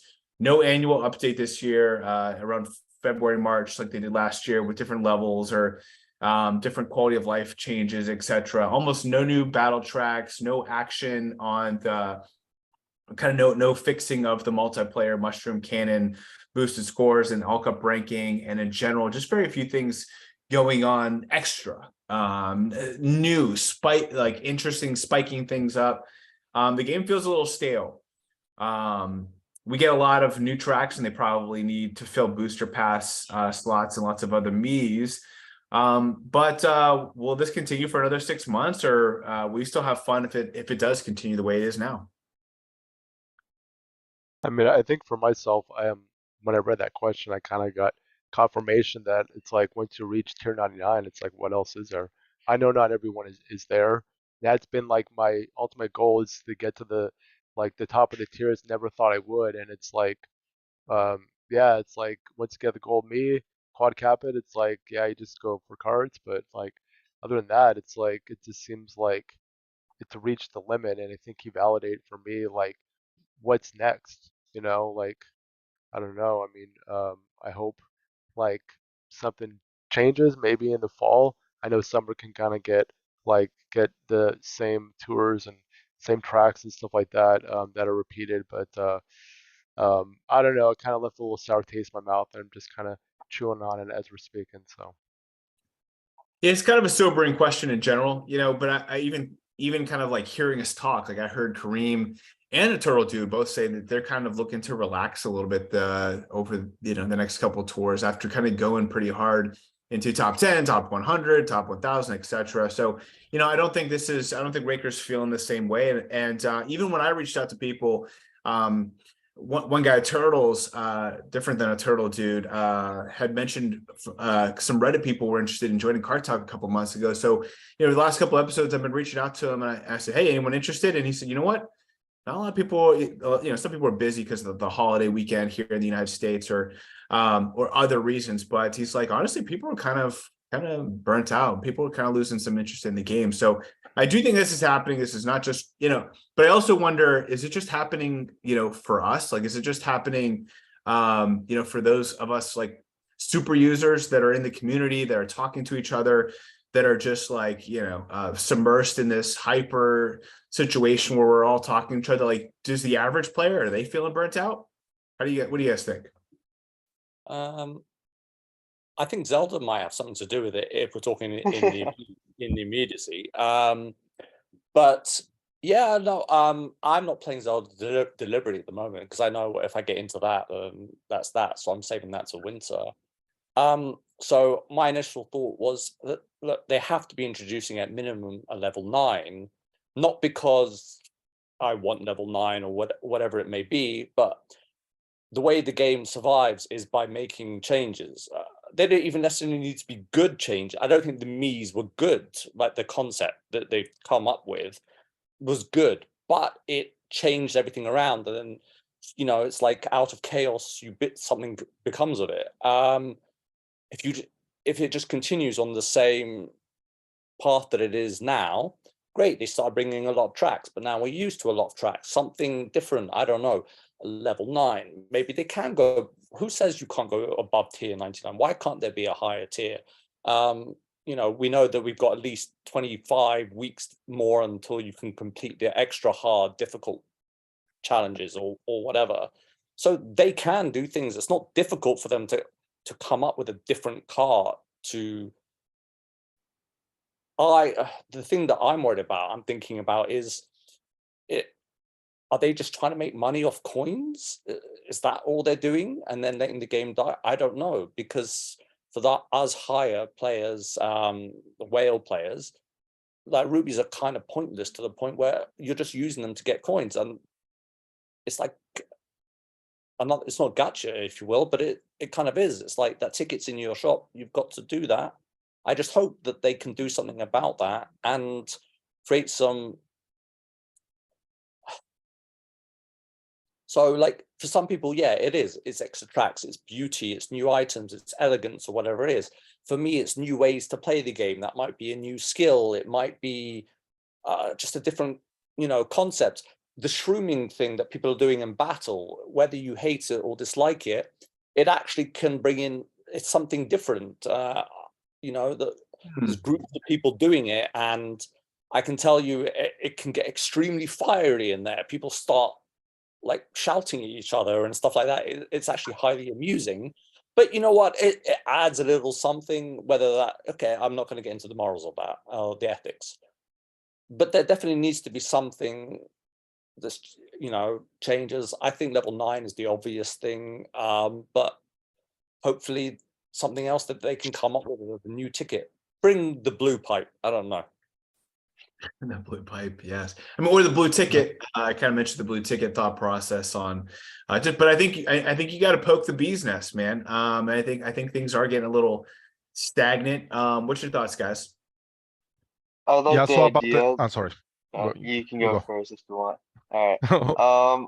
The first idea that I had in my head was increase the tiers, because with being stuck at tier 99, I know a lot of people that are just like trying to like complete the new challenges up there as soon as possible. I feel like if you can raise that, a lot more people will have more fun just grinding ranked and trying to get higher in the tiers. But with that, people are going to start getting back to the higher tiers, and then they're just going to start getting bored again. I feel like if they can find a way to introduce like a new fun mode, like what they did with battles, like if they add another kind of fun mode, I don't know what that could be, but if they do that, maybe more people would have more fun with that mode, as well as with when battles was first introduced.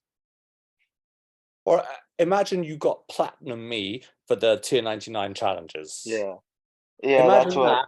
People would be going nuts to try and get that done. Yeah, that's As it what turns out, I no was one hoping cares. for.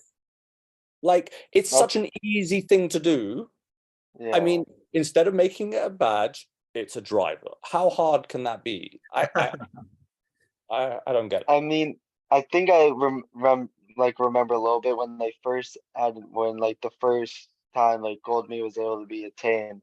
I know, I think I was in like I think in like Carlos's stream back then. I think a bunch of us in the chat were talking about other Miis that they could possibly add to when the tiers do increase. I think the Platinum Mii was part of that. And I think we all agreed that it would be cool if they added that Mii.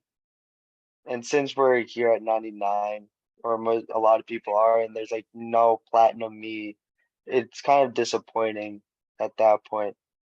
So if you kind of like increase the tiers, I feel like you could add the Platinum Mii as like a reward by getting to the next highest tier. It's like finding all those Korok in Zelda. It's totally worth it. Yeah. We're all coming back to Zelda. Yeah. Go ahead, Yeah, Turtle.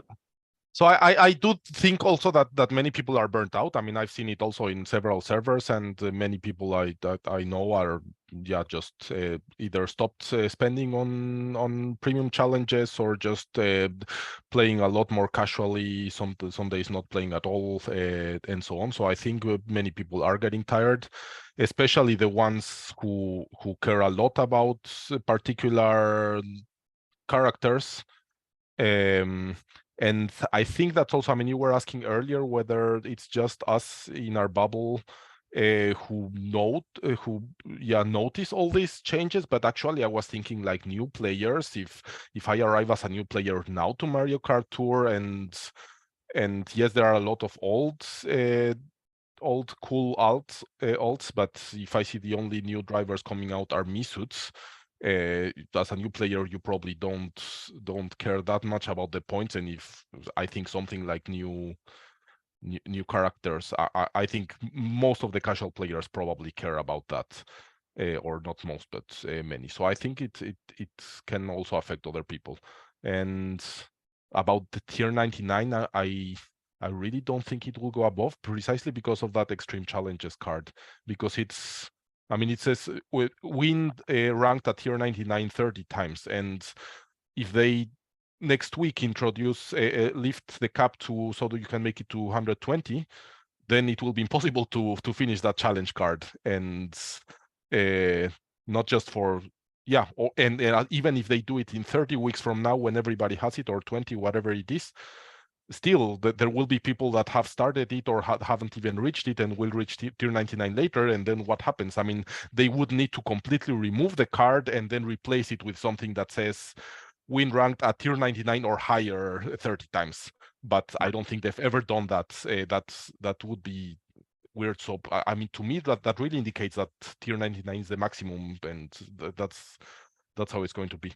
So yeah, and that's also a problem, I think, because also more and more people will be reaching tier 99. I mean, the same thing happened with when the maximum was 80 or 70, that after a while, when it had been there for a while, competition was like really hard, and then you have some gold pass users competing with whales because everybody's in the same tier. And yeah, I think that's not great, but I don't see how that's going to change. Yeah, and finally, it's not just that I mean, many people are also worried because they're bringing out so many tracks one after the other, and you can see that they just cannot create new tracks at that pace. So many people are worried that they're just emptying their reserves, and at some point it will just crash. And also a bit from the data mining side, that there isn't like there's all these ID gaps, which are somehow used to predict some of the upcoming courses, and that hasn't been updated. That used to be updated every tour, these IDs, and now they haven't been updated, or no new gaps have appeared, I think, for the last 3 tours. So what we know now is the same that we knew three tours ago. Maybe it's that Nintendo realized that people were using that to predict things, but I don't know. I think also internally, like, there are all these driver IDs, and the other data miners, not me, but have figured out which of these IDs of missing drivers could belong to Miis. And I think currently, after the the 4 Miis that we know are coming, there are, I think, 9 IDs left, and so after that they would need to, of course, they can always add new drivers and sort of extend the IDs, but for that they would need an actual update of the app, I believe, or anyway. So I think there are also signs from the data mining that it's somehow slowing down, but hopefully it's nothing and they're just taking a break. But you're saying that there are 9 Miis that are ID'd currently, that in addition to these next 2 that are in the game, right? So that, I mean, that takes us up to, you know, August or September or something. If they give us like 2, you know, I mean, 2 they can always add more IDs, but the thing is the driver IDs, they haven't added any new IDs in a while, so it's, I guess it will be a big thing when they do it, and there's actually nothing stopping them from doing it, but it could also indicate that they're just not planning to add more. It's I mean, it's really not, it really doesn't mean much. It's just one more sign, that's hint that there might be something going on, but it's definitely nothing to.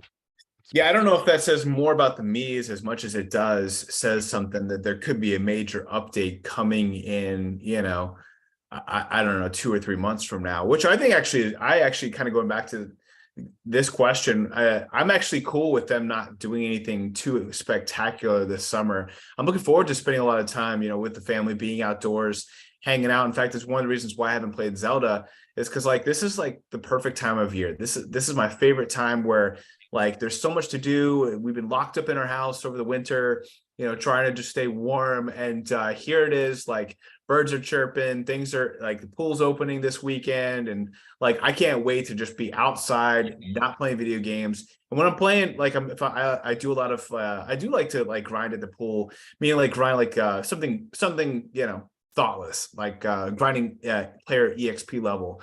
And that's my favorite way to pool grind myself. But you know, I like if this game, like if they came out with like this blue ticket that I've mentioned a couple of times, where, you know, for 24 hours or for 48 hours, you can change the skill of a specific driver, and it's limited time. I think like that would switch the game up. If that happened this tour or next tour, dude, I don't know what I would do. I would be so torn. I'd be like, what? I want to be outside, but I want to be playing this game. Like everything's being shaken up. The whole like Mario Kart Tour universe is being flipped upside down. So I think it'd be really, really tough. But I'm kind of glad that they, like, again, wait till these 9, you know, Miis are released, then switch up the game. I think we'd all be pretty happy about that. I don't know. How do you guys feel about you know, maybe this blue ticket or something else? Like, is there anything you'd have in mind? Can I just quickly ask, do we Oh, know yeah, who go ahead. the 2 Miis, the 2 new Miis are? The ones, because I only just saw the trailer before jumping on here with you. The 2 that they've, you know, previewed for the Monty Mole and Waluigi. Monty Mole and Waluigi. So okay, Wrench and Mushroom like, Cannon and Mushroom Double Cannon. Bumps. Yeah. That Mushroom Cannon might be interesting for Cookie Land or so. But No, your favorite.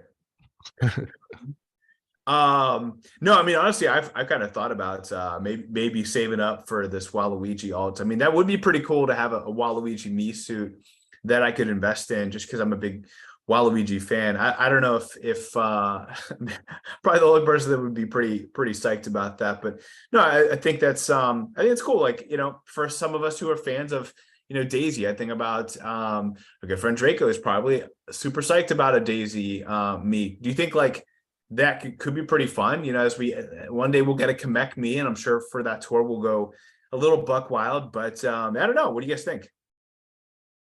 I think with the idea of them adding all the daisies and the Waluigi, that eventually they'll get bored and have like no Mii ideas. So they'll just start adding like new original drivers like a Poochy Mii, and or eventually like a Kamek, or what else is there? Like whatever else original drivers that we have, and down the future like a Shy Guy Mii. Like eventually they'll have to add original character Miis when they run out of ideas. So eventually we're just gonna get all those Miis along with the potential new original drivers that they'll add in the future. I tell you, the thing that's grabbed me to this game and has kept me at it, as everyone usually says, is the community. And I've definitely felt like, this is no slight, upon anyone, but like Carlos's, the amount he puts into Mario Kart Tour is definitely gone down quite a bit. As he's more, as completely entitled to do so. I know what Sammy's actually come back doing now with his grind and stuff. But I feel like I used to, on my YouTube, I used to get a lot of Mario Kart videos and stuff like that. And maybe that's just me, maybe the algorithm or whatever. I'm seeing less of it.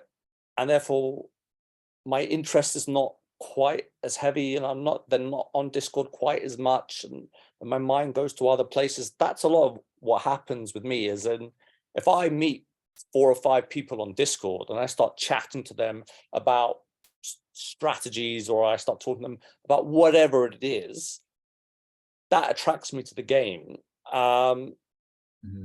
So I'm a different vessel, or, a different entity to someone who's just a casual player. But I think that whole community thing is a really big deal. And I don't know, it's kind of maybe not felt quite as strong as of late, but that might just be me. That could be fully on me living my life, potentially, that could be that. Living I your mean, what? there are less videos than before, alone because there are no more pipes, right? I mean, half of the videos used to be pipe pulling videos, and now you just don't have that. So I guess many Look, creators are left with, best things I I will remember. say though, you bring up a good point, but even like my last car talk, I don't think was even. I think so. This might. I mean, it's tough because the rundown was live and not a recording that we premiered. But I think the viewership was down like 600 views compared to an average rundown, and the last car talk didn't exceed 1,000 views, which normally it's like right around like 1,100 or so. So, I mean, I do think people are consuming less content. I have to blame Zelda for a lot of that. But I mean, I think that in general, I think people would meet the demand if there was more demand. But I think, just from looking at my numbers and what I know, viewership is down a little bit now. Again, it could be just my channel. I think, there are some people like SwiftJar that are crushing it right now. That's getting a lot of this DLX. The deluxe people watching and getting really excited about Mario Kart again, which we absolutely love. I think the more people that are getting excited about the Mario Kart series is great. I think it helps us out. Hope Nintendo is able to keep bringing people in and continue to bring in tracks. But I think we're going to probably see some people playing the game and memberships down a little bit over the summer. Just people have a lot going on. I think it could pick back up in the fall. I hope it does. This channel specifically is for the members. If there were not members, I probably would not keep doing this channel. I don't even know if I'd be playing the game as much as I have been just with my busy schedule. But I mean, I enjoy this game. I have fun with it. I take it to this extreme though because of you guys, because of the community, because of everyone's support. And so as long as people are supporting me, I want to keep giving them the content that they want. But if viewership like drops to like 10 people watching my videos, but I still have my members, I'm gonna still keep coming out with content because it's about the members. But if the memberships drop, I don't know. It'd be tough for me to cost justify spending time doing this as compared to spending time with my family, especially in the summer. In the winter, I have a little bit more flexibility. Things are a little bit more casual. But I don't know if that helps people kind of think about it in that way. But that's kind of just been my thought process. Yeah, I mean, on that point, I wish, Nintendo had more of like we're bringing community, which is like, to me, I think it's huge. Once I found a community, it's just like it really elevated my game, and I just wish that somehow Nintendo was able to have more communication with the community. Like whether it's like, I don't know, I mean, just submitting a question on the app is like a joke. Like I don't know if they could have something like on the website or something where people like they would have like a day of collecting questions, and somehow like there was a spokesperson or something where it would be able to actually like have some communication, some ideas that they could throw around that they would implement, like, I don't know, once a month, or like you're saying, stuff. It's something just like to spice things up, because I don't know why they're not doing it. I don't know why they're not, like Sammy's like said so many times, like, I'm more than happy to like be on the team or something like that, because he's like, I feel like one of the leaders of the, of the Mario Kart, community. And I don't know why they're not bringing these ideas in. Like, I don't know what they're thinking. I don't know. I just feel like it's a little stagnant. And like you said, I hope in all things spice up. But there's so many things that they can do that make this game even greater, um, and that it wouldn't be that hard. You know what I mean? So yeah. Yeah, no, all great points. Good. It's very easy to when you're just generally chatting with people, to say, oh, thank you so much, grateful to you and to Sammy and for what you've done. But like, genuinely, especially in the pandemic time, like, it was a really big deal running into Sammy and yourself, like, it like, on probably, orders of magnitude that I would probably not even be comfortable going into depths with it. It was a big deal, and that community aspect, um, absolutely is the thing that keeps me coming back. I talk about the loadouts and the schools and the winning and blah blah, blah. But if I had no one to show it to, or I had no one to talk about it with, I would have lost. I would have forgotten about it a long time ago. I would have said, yeah, I'm the greatest player in the world. I'll walk off. I'm not the greatest player in the world, but I would have told myself that, walked off and started doing something else. But it's the fact that I can do that. And then I come on there and then I see, oh, wait a second, Studfit's got way better than I've done. And it's, okay, what can I learn from him? Like, when I first came on, I'm like, how do you get those actions? I remember watching your stream and getting all your coins from your coin box. I'm like, I don't understand. Why am I not getting that? I feel I'm doing the same thing. And people help each other and all that. Yeah, you get the odd bit where there's a bit of, bitchiness between people or whatever, which frankly is just amusement as far as I'm concerned.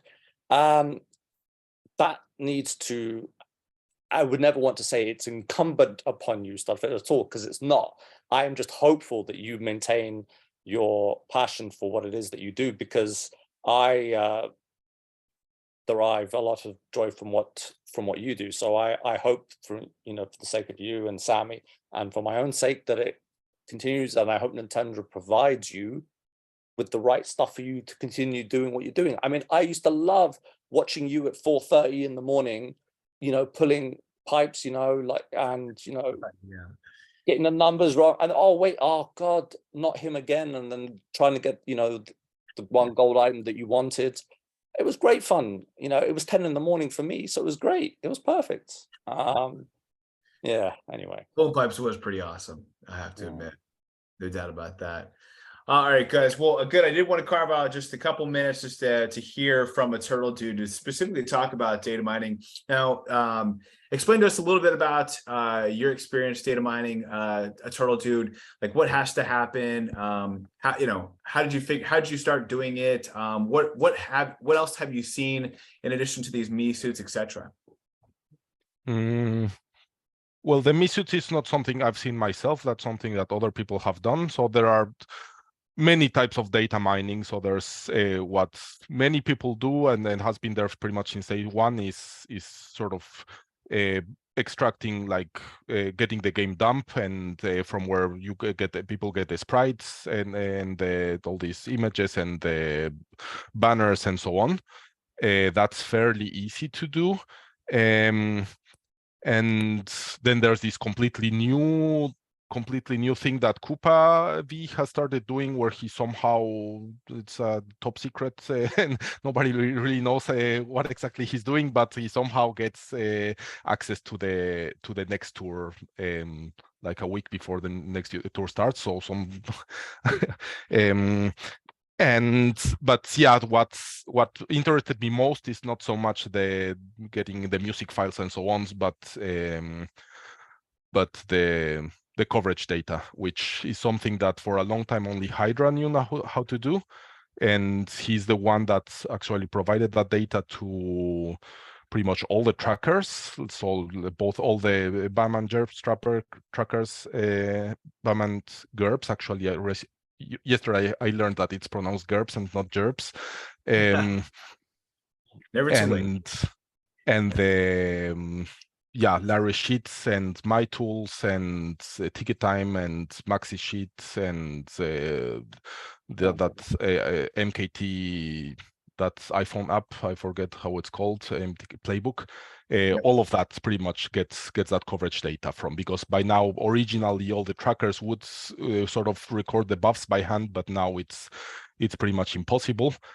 So Hydra did that for a long time. Then when Hydra stopped, pretty much at the same time, like a week before Hydra announced that he was going to stop data mining, Sam78 IT managed to do exactly sort of the same sort of data mining. And since then he's been providing the community, but there were a few, and there are a few other things that you can get using that method, like the Spotlight shop. Yeah, the Spotlight shop, back when we still had a tier shop, I guess Hydra could also data mine the tier shop, and I guess that would be easy. And also getting the odds for daily selects, things like that. Yeah, and yeah, Sam has been doing it for a while, but it happened a few times that he was sick or traveling, like recent, and so on. And then everybody was asking, where are the trackers? And then everything absolutely delayed. I wasn't going to.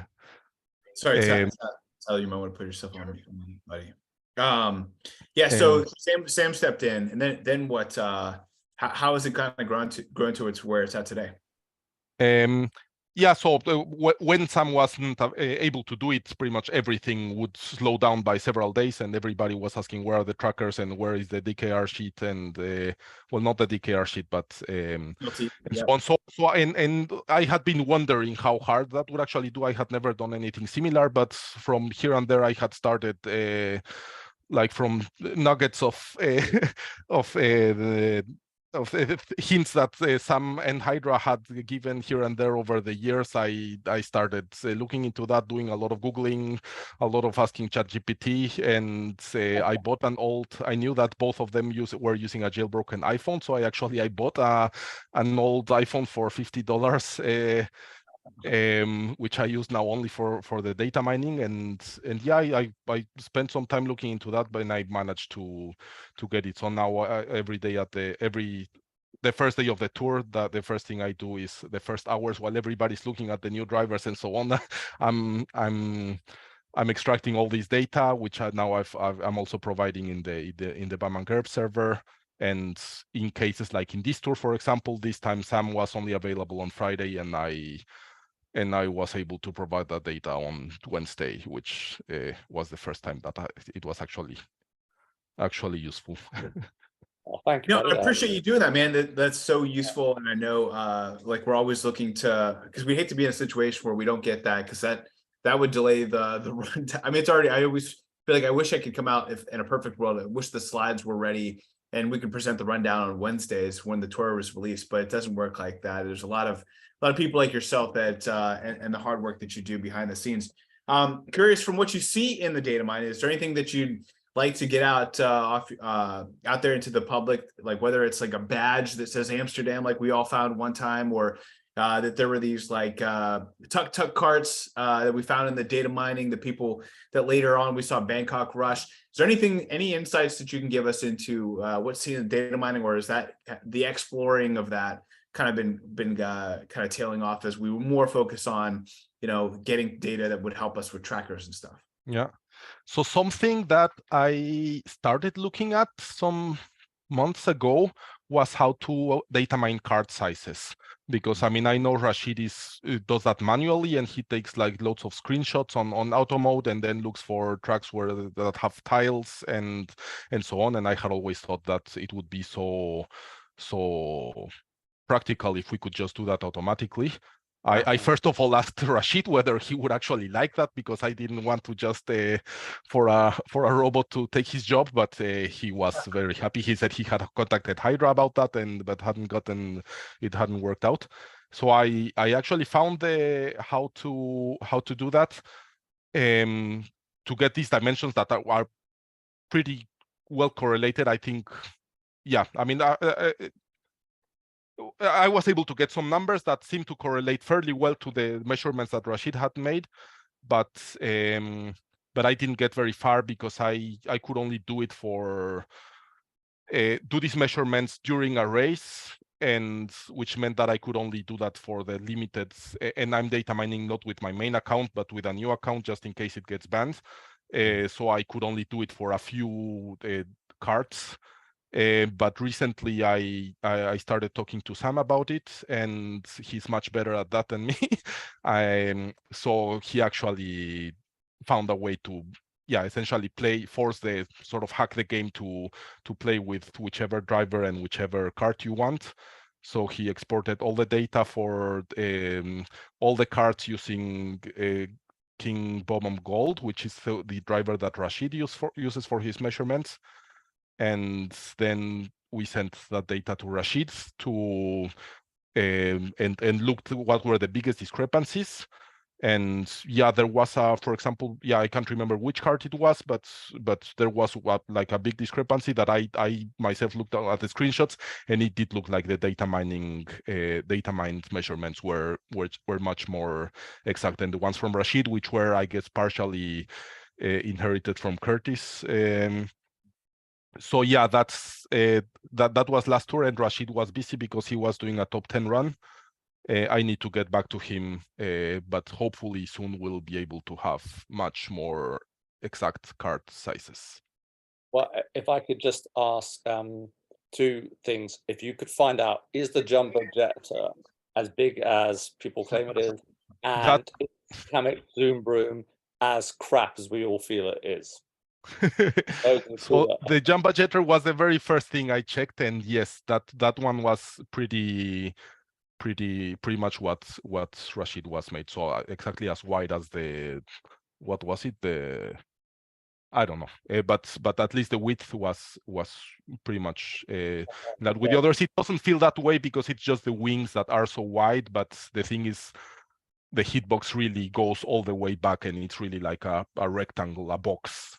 So even if at the end the tail looks narrow, there's still a big invisible chunk that still is able to collect coins. But yeah, about the broom, I would need to check. No, it's good. I mean, it's good. It's good to get some validation on some of it. Yeah, I was curious. Like, I think. I mean, is it done in inches or by bits, or how's it measured? I'm curious now. I don't think there's a unit. It's just a number. I don't know. And I mean, we should take it all with a grain of salt, because the thing is, there are many similar numbers. I mean, they're like once you have a cart with a driver, there are several. Yeah, I mean, this is something that is called mesh, something half width and half depth, but we tried some other numbers that also were called something like X and Y, but somehow didn't seem to fit the data from Rashid. But yeah, I mean, there's not a unit as far as I'm aware. Maybe there is one internally, but yeah, it's maybe pixels. I have no idea. Okay. It's based upon what you can visually see, because sometimes you feel like on like a Cupid's arrow or whatever, like even if it's almost like the coin doesn't even touch the wing and it catches coins, and other ones you feel like the wing's gone through the coin, like, so like if sometimes it feels like the visual doesn't actually match the physical, if you know what I mean. Yeah, I mean, that could be. I know there's something similar with the shielded speedster that has this lance, which is only on one side, but I believe Rashid tested it, and it also collects coins on its left side, where the invisible lance would be. I think there was something like that. But I don't have that card, so I wouldn't know. But well, ask Studfit, it does, yeah. All right. Well, good to know. Anything else in the data mining that's worth taking note of? Nothing I can think of. At least nothing from my side. You know. No, I mean mostly I've just been doing I mean I spent a lot of time on it, but mostly I was interested in the coverage and for my tools and the other tools and the Spotlight shop. With the Spotlight shop, I've usually just been waiting until Sam posts his version because it looks much cooler and I'm too lazy to create a nice visualization. But yeah, the card sizes is the only other thing I actually looked at. I always also check whenever there's a new update. Then it's I can sort of compare what new things have been added, but there haven't been any interesting updates since I started doing this. And there's nothing changed on the tickets front, because we've been collecting ticket results, going back months and months and months. And there's quite a variety, and we've got groups with several different amounts of categories maxed. And I'm not sure always, like, obviously it's a sample, so you've got to take that with a grain of salt. But I think because originally it said, like, if you had just the normals and supers maxed, I think it said you get something like 8 or 9, 7 high-ends per tour, but I think we changed that to level ups per tour. I think there's something more slightly nuanced with tickets, because the behavior of them is quite erratic, and we've got like months of data of this.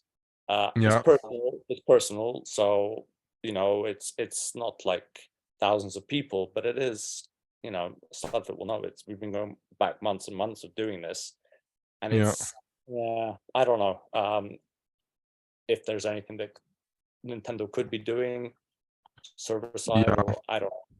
I don't know. I mean, I could look at the odds, but I believe Sam has. I mean, when there was a change recently in the multiplayer, was it the multiplayer pipe? Some pipes, the green pipes in the tour gifts. I think the odds of getting high ends there were reduced, and I think Sam noticed very quickly. So I think he keeps track of all these things automatically, and whenever there's a change in the odds, he realizes I haven't really been tracking on that. I could check now what the current odds are and then search on Discord what were the last ones that were published.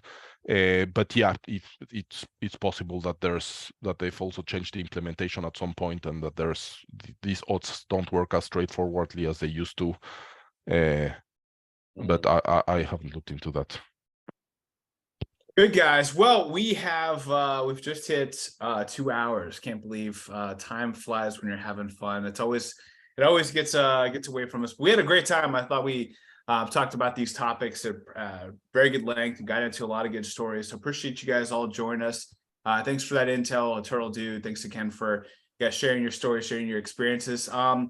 I'd love for you guys just to say goodbye to your fans and just say anything you like to as your parting words. We'll finish in reverse order of how we introduced you guys. So Tyler, what would you like to say to your fans? And first off, thanks for joining us. Yeah, thanks for having me. I just feel like just have fun with the game. It doesn't matter if you're a whale, free to play, gold pass, or just casually spend a few times a year. Just have fun with the game, have fun with yourself, and do what you want with the game. It's not about what other people tell you, just focus on yourself. Solid advice. Yeah, maybe we'll just get everyone's advice to people who might be feeling a little bit of the Maytime blues. But Adam, thanks again for joining us. Again, your story is so inspiring. What would you like to say to people who might be feeling a little down, and as well as also say goodbye to your fans? And again, thanks for joining us. Yeah, thanks. I don't think I have any fans, but yeah, I think You have more fans than me, probably. yeah, I think I might, if I get the inspiration to actually do a YouTube channel and just show how I play. I guess I'm still a little like self-conscious about that, but I think it'd be good to, just show people, how I play. And I know for myself, I just tell people, find your joy, whatever that might be, whether it's a, tropical truck or, a peach wedding or what it might be, because I think for myself, it's like the items that really bring the greatest joy can help me continue to play and to love this game and just to share it with the community. I think is I think that's all really about, for myself. So yeah, thank you. Awesome, Matt. Appreciate that. Turtle Dew, what would you like to see your fans? And again, thanks for joining us. Yeah, thanks for the invitation. I was thinking I'd like to encourage people to try out not my tools because they're both for quite niche cases, but I would really encourage both new and old players to try out Ticket Time. So I've been using it a lot more in the past few months, and it's really cool. It's super easy to use, and it's really powerful. So it can really do most of the things that the trackers can also do, but it's much easier to use. You can do it on your phone or on a computer, and there are plenty of tutorials out there for that. Yeah, I think that's the one connected to Matt Aldridge, right? And Flo. Yeah, Matt and Flo. Yeah, so it's a bit hard to get into the community because everybody's already so set in their ways. But I think it's worth trying it out. It has lots of cool things. Yeah, Matt pinged me, I think at the end of last tour, and Sam did as well, about having me test out some of their new updates, and I haven't gotten around to do it. Just been really slam busy with work. But I pledged to give it a shot. I'd love to test that out, and then I think I told Sam I'd take a look at some of his new features this weekend as well. So got a busy holiday weekend ahead of me. But I know that at least the three of us here in the United States will have a 3-day weekend. But Kareem, you won't be. You'll be obviously enjoying some good weather there in London, which never happens. So why don't you say goodbye to your fans now, and thanks again for joining us. Well, as always, thank you, Hero. I apologize. I realize it's been so sunny and nice today, which I think I'm a bit, like Superman. I get, energy from the sun.